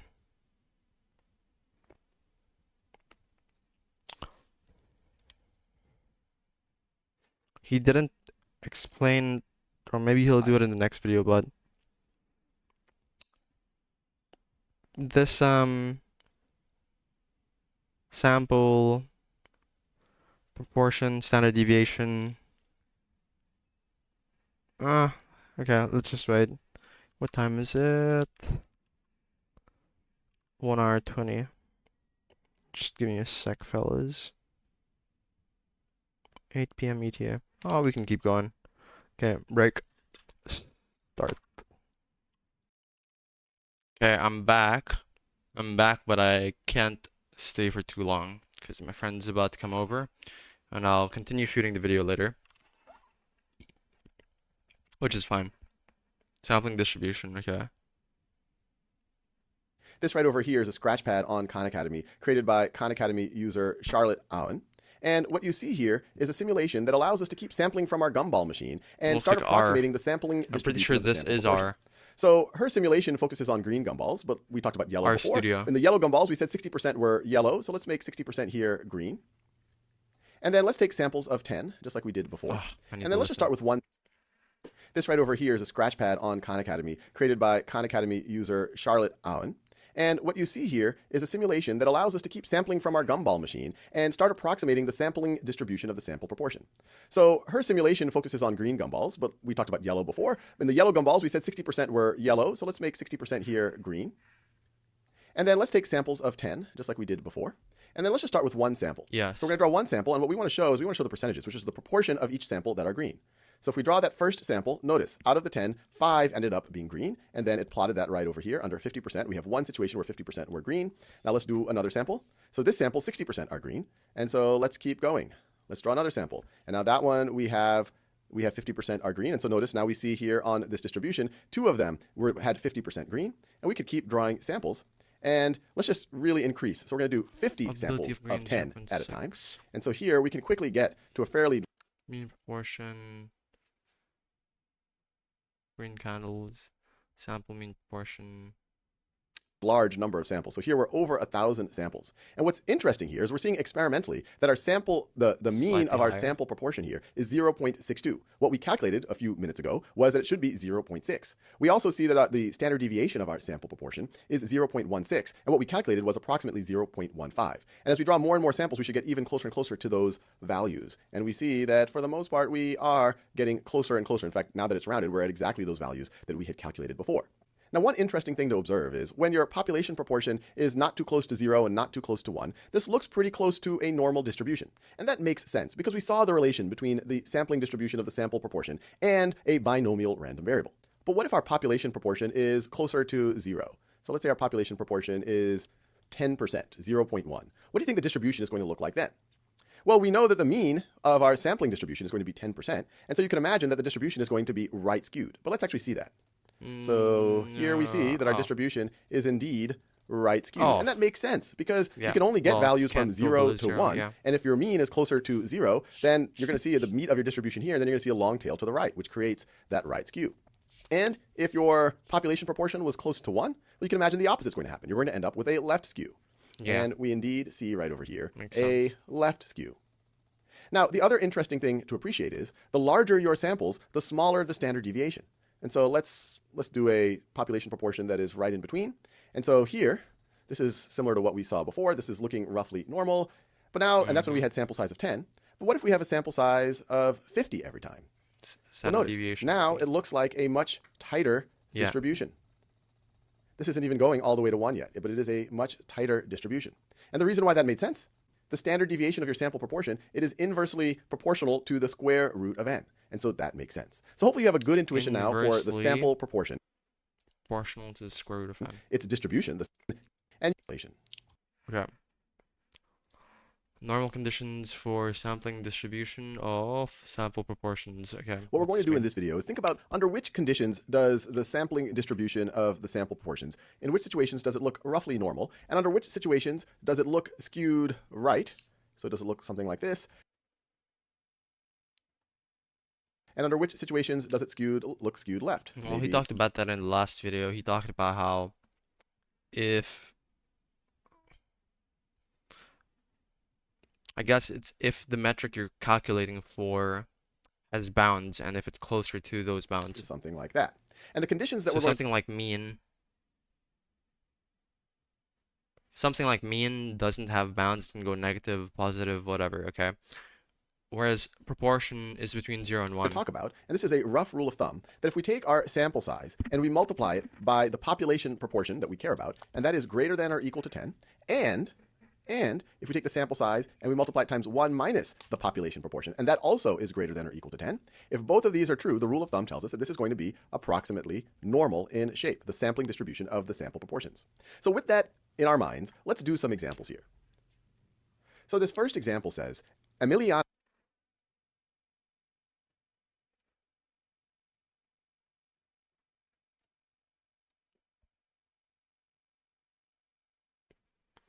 This is gonna be right skewed. runs a restaurant that receives the population. P is 0. Then told according this is It's and right so skewed because there's a wall, there's you're a going to have limit it really right. high over there, and then it's going to be skewed to the right. You're going to have a big long tail. So this is going to be skewed to the right. Let's do another example. So here we're told according to is going to be skewed to the right. Reaches 88% of children each week. Suppose we took weekly random samples of n equals 125 children from this population and computed the proportion of children in each sample whom Be skewed to the left. radio reaches.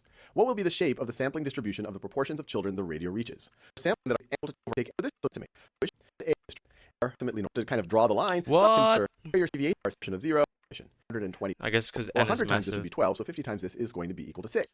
Wait, here. Sampling distribution of the proportions of children the radio reaches. Once again, pause this video and see if you can figure it out. It's 81. This be greater than 10 minus. Well, even 10% of 125 would be 12.5. So 12% is for sure going to be greater than that. So this too is going to be greater than 10. I didn't be 12.5. So this is 12, right. 88% of children each week. Suppose we took weekly random samples of n equals 125 children from this population and computed the proportion of children in each sample whom radio reaches. What will be the shape of the sampling distribution of the proportions of children the radio reaches? Once again, pause this video and see if you can figure it out. Okay, n 125. So P P times P 0.88. is 0.88, 25. Second condition, we go over 100. So it for sure is. It's normal if NP is less than 10 and or it's in between. Oh wait, okay. Standard deviation is less than. Was that standard deviation? That's mean or expected value. Going to be greater than that, even though our pop 2 is going to be greater than 10. I didn't even have to calculate it. I could just estimate it. And so we meet that second condition. Going to be greater than that. Well, even 10% of 125 would be 12.5. So 12% is for sure going to be greater than that. So this too is going to be greater than 10. I didn't even have to calculate it. I could just estimate it. And so we meet that second condition.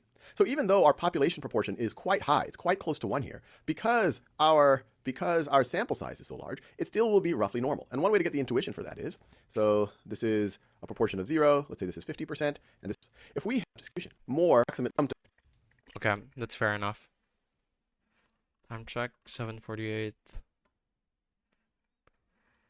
Okay.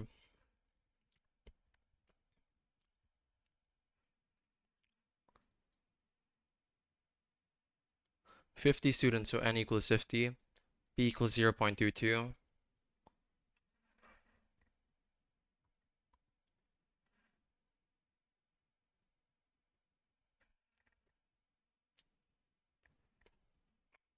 N times P is greater than 10.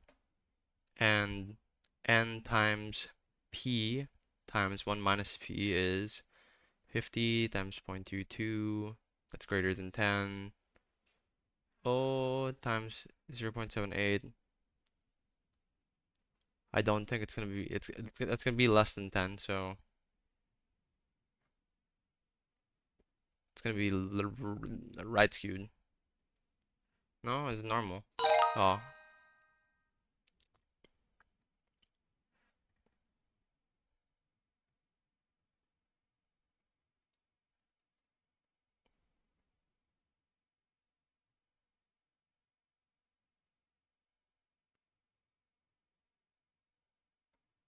okay. Oh wait, no, we can keep going. Approximately, okay, 12%, 50 times 0.12, that's 5, so automatically it's gonna, we can't say that it's approximately normal, so it has to be skewed to the right.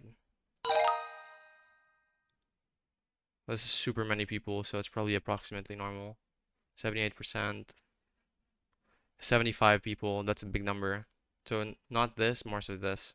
Um, and even though it's 78%, the standard deviation is going to be real compact, so it's probably not going to be left skewed. Which of the following distributions is the best? Approximation of the sampling distribution P. Okay. So similar thing, 75%, 80,000. Okay, so 90% times 75. Ooh, I think because we have so many people, then we don't have to do that thing where we do the above or below 10 rule. So I think we can say something like this.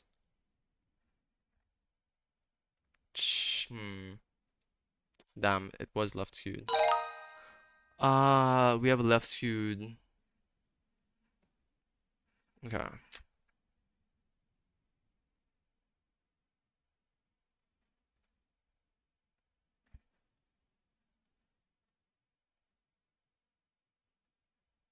Expected successes, expected failures. N times P, N times 1 minus P. Oh wait, these are actually new formulas. This one's not, but okay. Let's try again. Try again.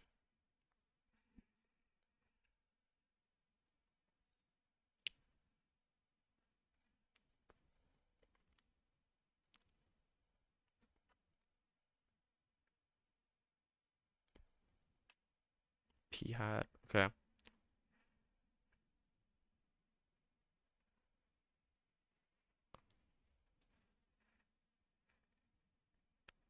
Okay, successes and failures, 150 times 1.12, and then 1 minus P is, okay, approximately normal.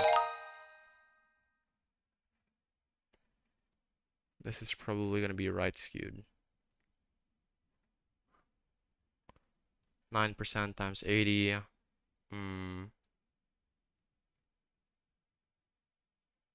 B7, then that would fail it. 300 customers a day.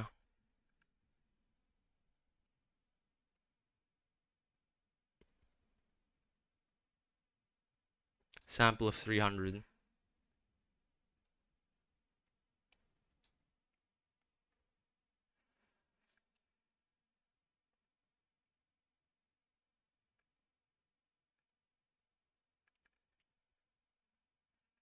It's definitely approximately normal because successes would be like 12 or something. 12, 140 or something like that.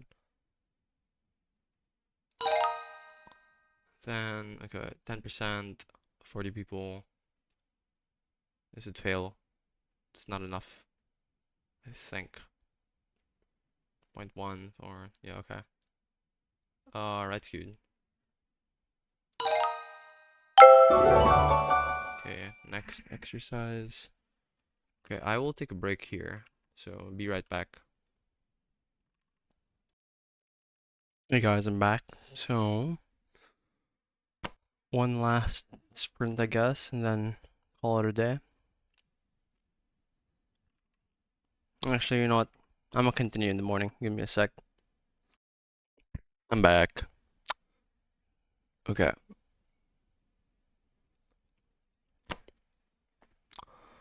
What did we learn yesterday? Okay, so we learned about central limit theorem, statistics, parameters. We learned about sampling distributions. We learned about biased and unbiased estimators. We talked about sample mean and sample proportion. And then we were also going through a couple of formulas. Okay. We talked about certain assumptions for not independence, but normality, assumptions for normality. So that had to do with the sample size and the expected value given the sample sizes. Okay. Mean and standard deviation of sample proportions. Okay.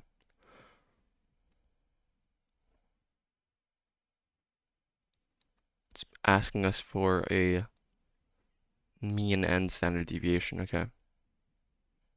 Previously, we were answering the normal condition. Okay, let's see. B is 0.15. Okay, so it's 0.15 automatically there.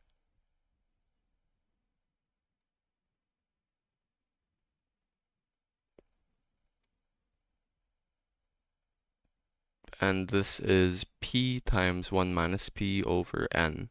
I'm gonna go with that. Is this one then? No.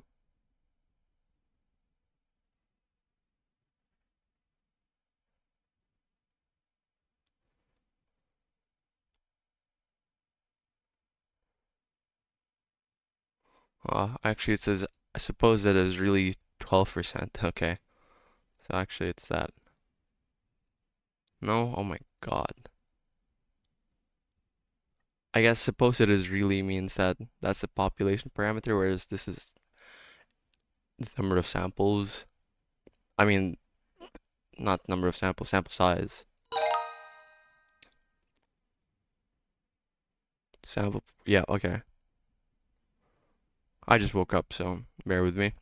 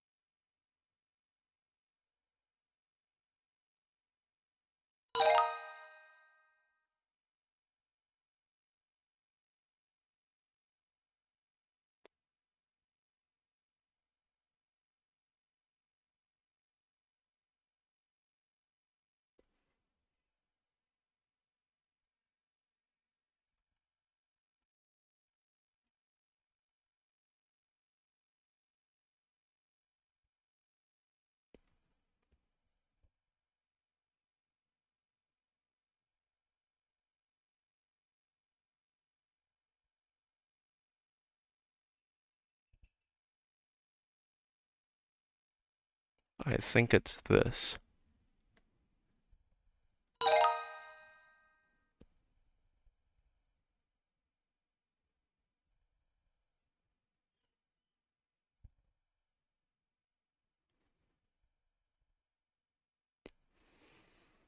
Hmm.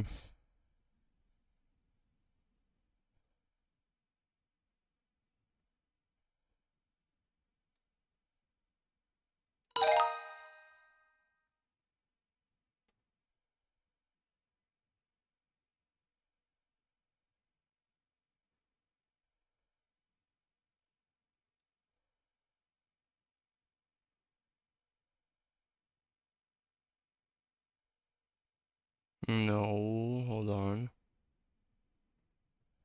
Hold on.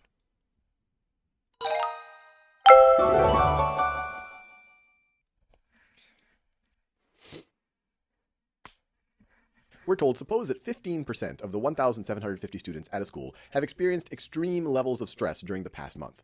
A high school newspaper doesn't know this figure, but they are curious what it is, so they decide to ask a simple random sample of 160 students if they have experienced extreme levels of stress during the past month. Subsequently, they find that 10% of the sample replied yes to the question. Assuming the true proportion is 15%, which they tell us up here, they say 15% of the population of the 1,750 students actually have experienced extreme levels of stress during the past month. So that is the true proportion. So let me just write that. The true proportion for our population is 0.15. What is the approximate probability that more than 10% of the sample would report that they experienced extreme levels of stress during the past month? So pause this video and see if you can answer it on your own. And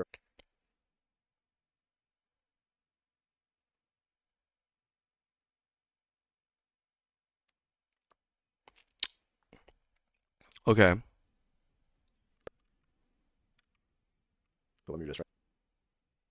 What is the probability that more than 10% of sample would report that they experienced extreme levels of stress during the past month? So we need to get the sample proportion. No. We need to get this mean and standard deviation of the sampling distribution or sampling proportion. Is that right?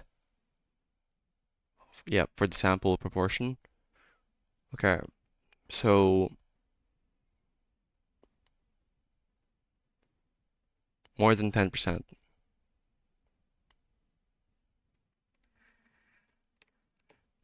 Okay, so for our sample, 0.1 is the mean.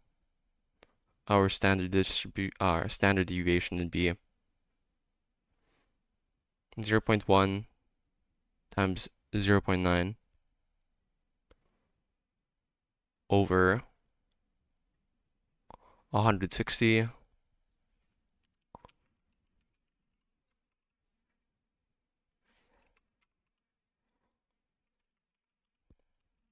divided by 160, square root of this, and then that's our standard distribution. Oh my god, standard deviation. We can assume that it'll be normal because our sample size is quite big.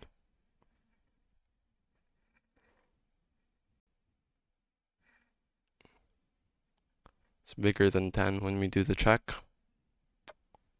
For fail, success and fail, so 0.1 of that, 16, 0.9, yeah, okay. Mean is that.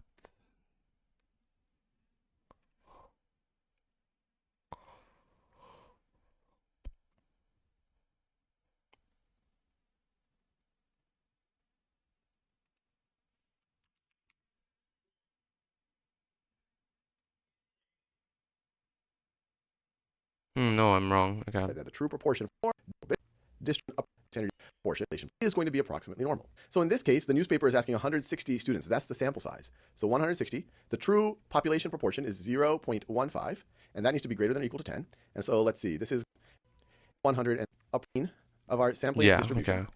equal to the square root of. Wait.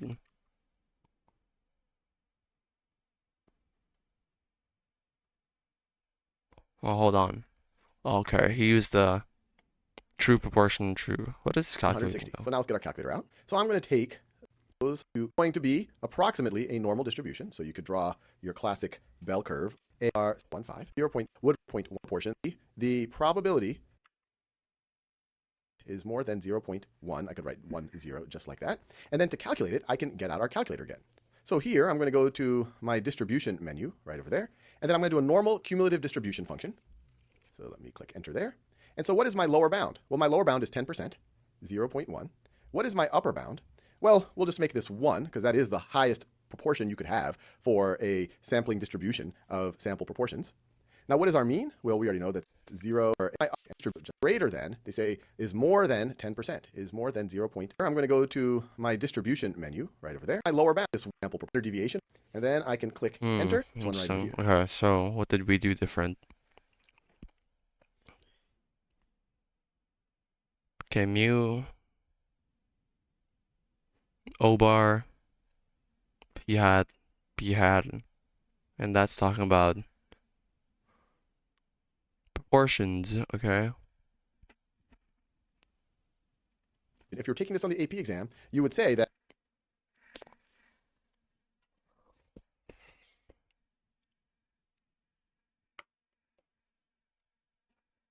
Okay, let's give it a try.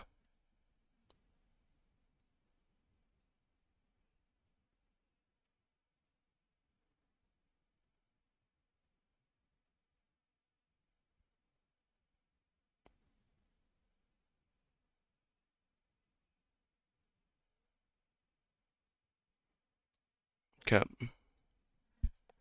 below 0.5.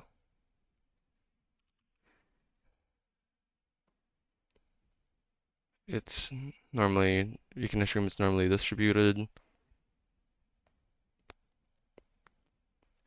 0.55 and,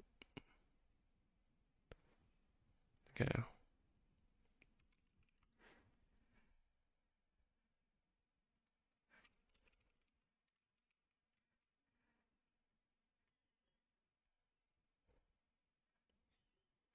divided by n, which is 300.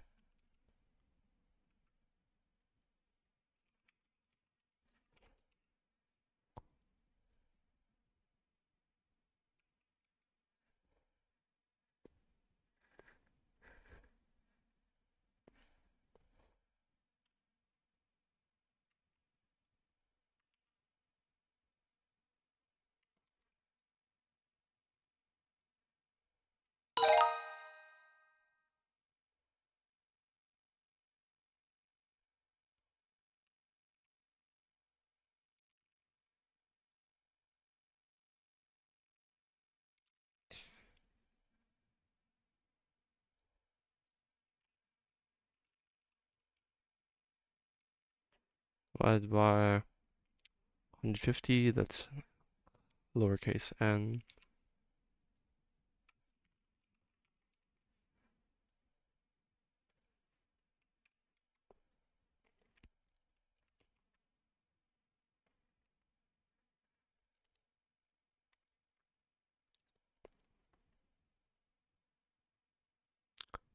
%, 6%.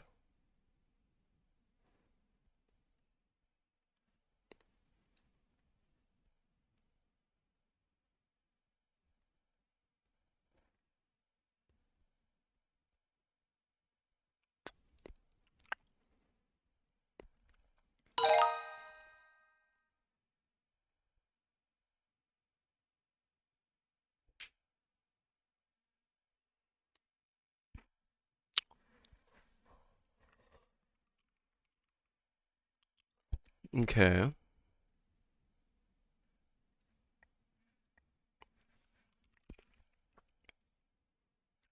Probabilities and sample proportions. Okay, so and kind of questions we're answering with this is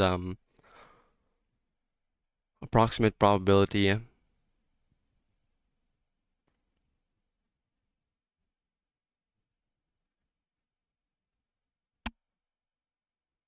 for the random samples.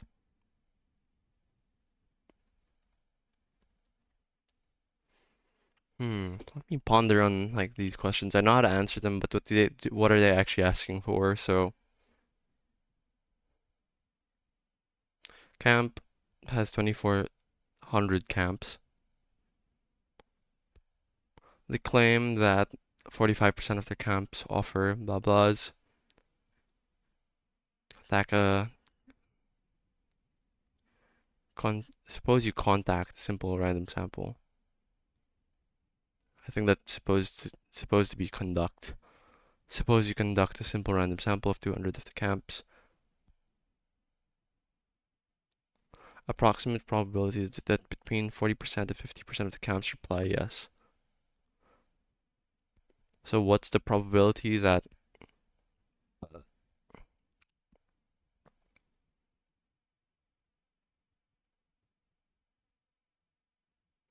I guess this is basically asking what is a sample this it's asking two things. What is the sampling distribution for this metric, proportion,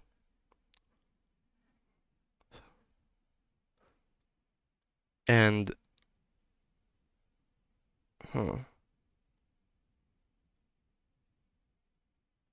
based on the true population proportion.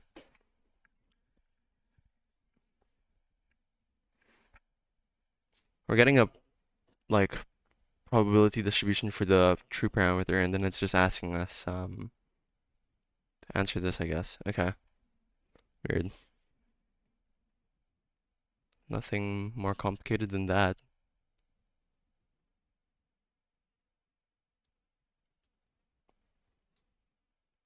Okay, 0.4, 0.5. Mean is 0.45. Mm-hmm.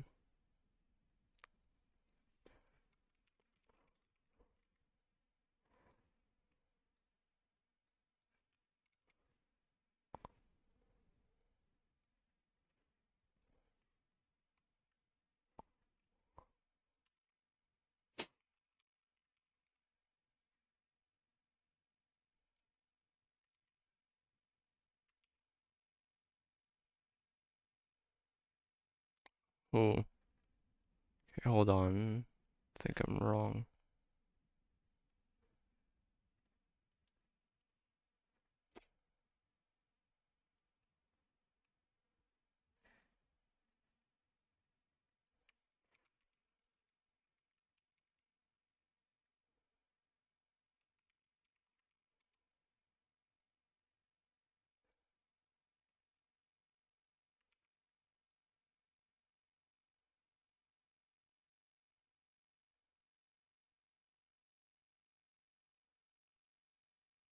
Eh?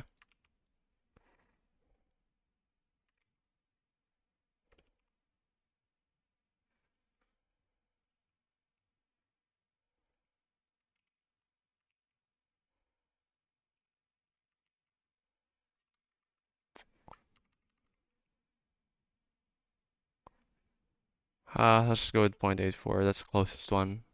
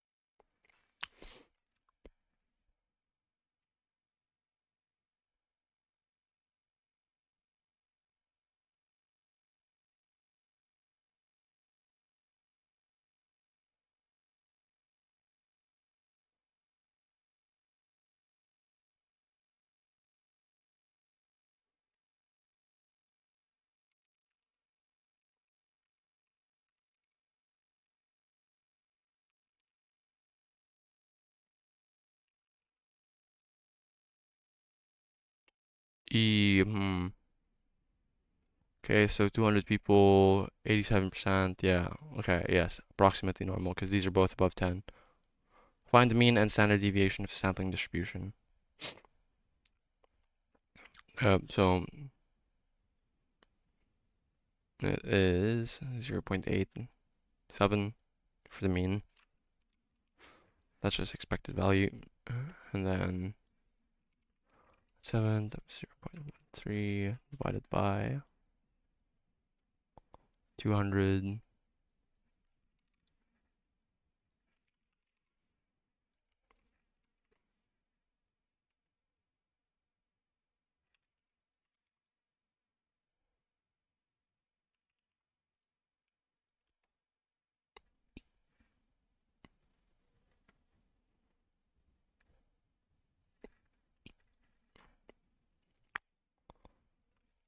Less than 85%, meaning,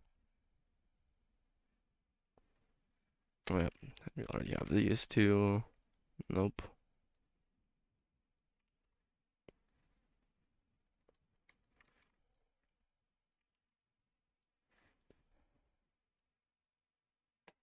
Okay. Doing pretty good, I'd say. We're told, suppose that 8% of all cars produced at plant A have a certain defect, and 6% of all cars produced at plant B have this defect. Each month, a quality control manager takes separate random samples I'm gonna of set a 200 5-minute of the over timer. 3,000 cars produced from each plant. The manager looks at the difference between the proportions of cars with a defect in each sample. So they're looking at the difference of sample proportions every month. Describe the distribution of the difference of sample proportions in terms of its mean, standard deviation, and shape. Let's go back. We're told, suppose that 8% of all cars produced at plant A have a certain defect, and 6% of all cars produced at plant B have this defect. Each month, a quality control manager takes separate random samples of 200 of the over 3,000 cars produced from each plant. The manager looks at the difference between the proportions of cars with a defect in each sample. So they're looking at the difference of sample proportions every month. Describe the distribution of the difference of sample proportions in terms of its mean, standard deviation, and shape.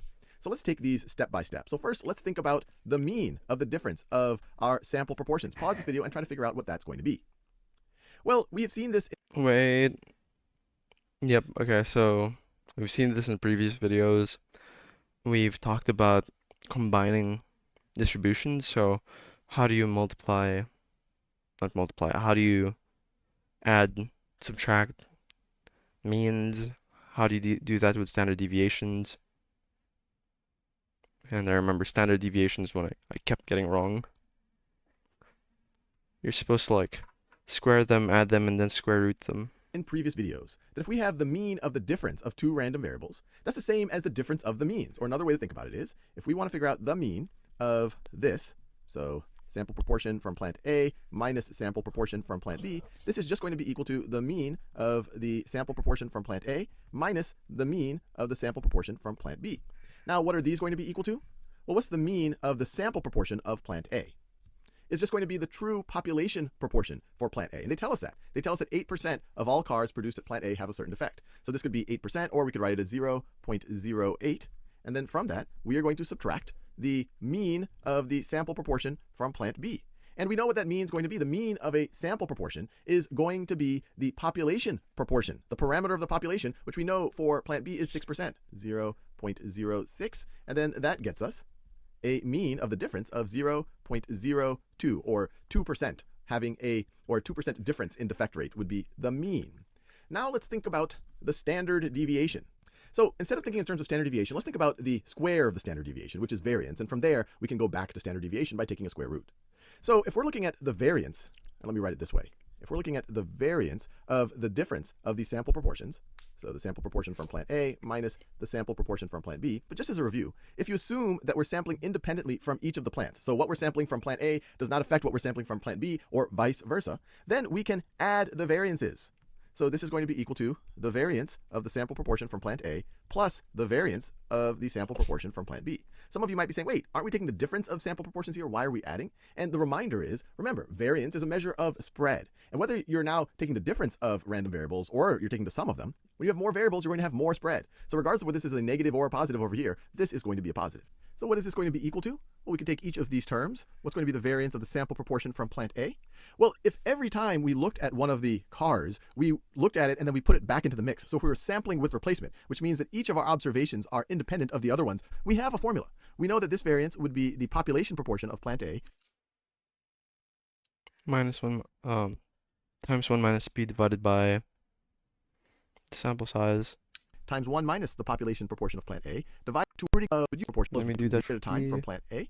And then in plant B, we know the 0.100, and then plus, let's open parentheses here, we get 0.06 times 0.94 divided by 200, and then actually let me close the parentheses, and that equals this business, so 0.00065. Deviation is going, and that is 25. But not least, let's think about the shape. So just as a review, we just have to remind ourselves that the distribution of each sample proportion is going to be normal as long as we expect at least 10 successes and 10 failures. Well, let's look at each of these. How many successes do you expect? Or where success? Yep, but both of That them could be a succeed. fact. But let's think about this. 16 well, so there, and obviously we could go more than one. Well, let's try and get one exercise done. Doesn't hurt. And it hurts. It hurts so much. Does it? Nah, okay. It should be negative 12 minus 15. Um,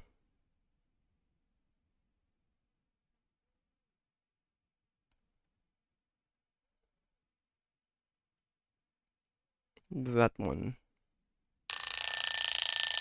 No. That one. Okay, let's just we'll do this next time. Okay. Let's have a quick review before I close off the video. Okay, so let's actually go back here. No, wait. There you go.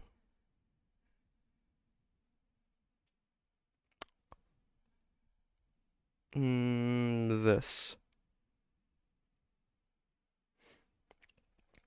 We talked about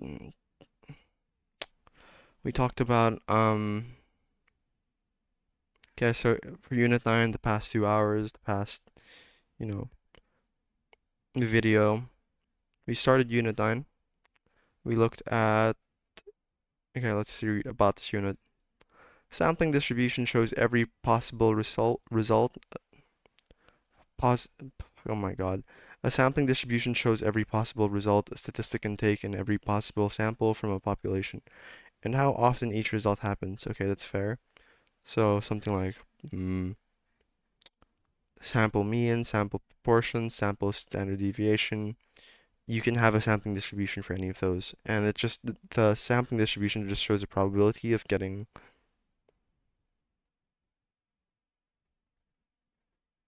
all of the possible values for that statistic. Okay, it can help us use samples to make predictions about the chance that something will occur. And repeated samples. Okay. Normal distribution revisited, density curves, probabilities from density curves, very simple. So just area under the curve. Central limit theorem. We started learning about sampling distributions and how when you get a big number of samples and the sample sizes are sufficiently large enough, the sampling distribution, so the probability distribution of the possible range of values a statistic can take, and a statistic is a truth for a sample, you could say. It starts to form a normal distribution when n, lowercase n, each sample size, so not number of samples, but sample size. Yep, so the sampling distribution goes there, okay. And then unbiased and unbiased point estimates, we talked about this. We talked about things like mode, sample mean. Are these things biased or unbiased estimators? And something was basically biased if a sample, no, a statistic was biased if a statistic was a biased estimator if it had a tendency to misrepresent the population parameter. So I think something like range is always lower, or something like max is always lower than the true population max.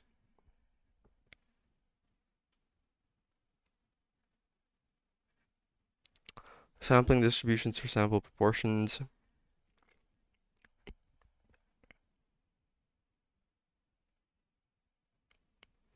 Yeah, okay, and then we talked about normal condition, how if the expected value for successes and failures is above 10, you can assume that the sampling distribution is normal. And then we talk about mean and standard deviation of sample proportions specifically. And it's super easy. There was just two formulas there. It was P and P times 1 minus P over lowercase n. And you get the square root of that, and that's the sample distribution. And we were answering questions here related to the probability that you get values below, over, or in between two values. So just answering questions underneath. It's essentially asking what's the area underneath the curve from these two areas. Sampling distributions for differences in simple proportions, sample proportions. We just got started with this, but it goes back to adding and subtracting means and standard deviations. And we just had this one video, but I didn't finish it. And we were doing a practice quiz, but I didn't finish it. But we'll get started on that next time. And next time we'll be working on more so differences in sample proportions, distributions for sample means, differences in sample means. Sounds good. Okay. If you like the video, leave a like. And if you like the video a lot, leave a subscribe. I just want to say thank you if you made it to the end, or if you skipped to the end. I will see you guys on Monday when I upload my next video. Bye bye.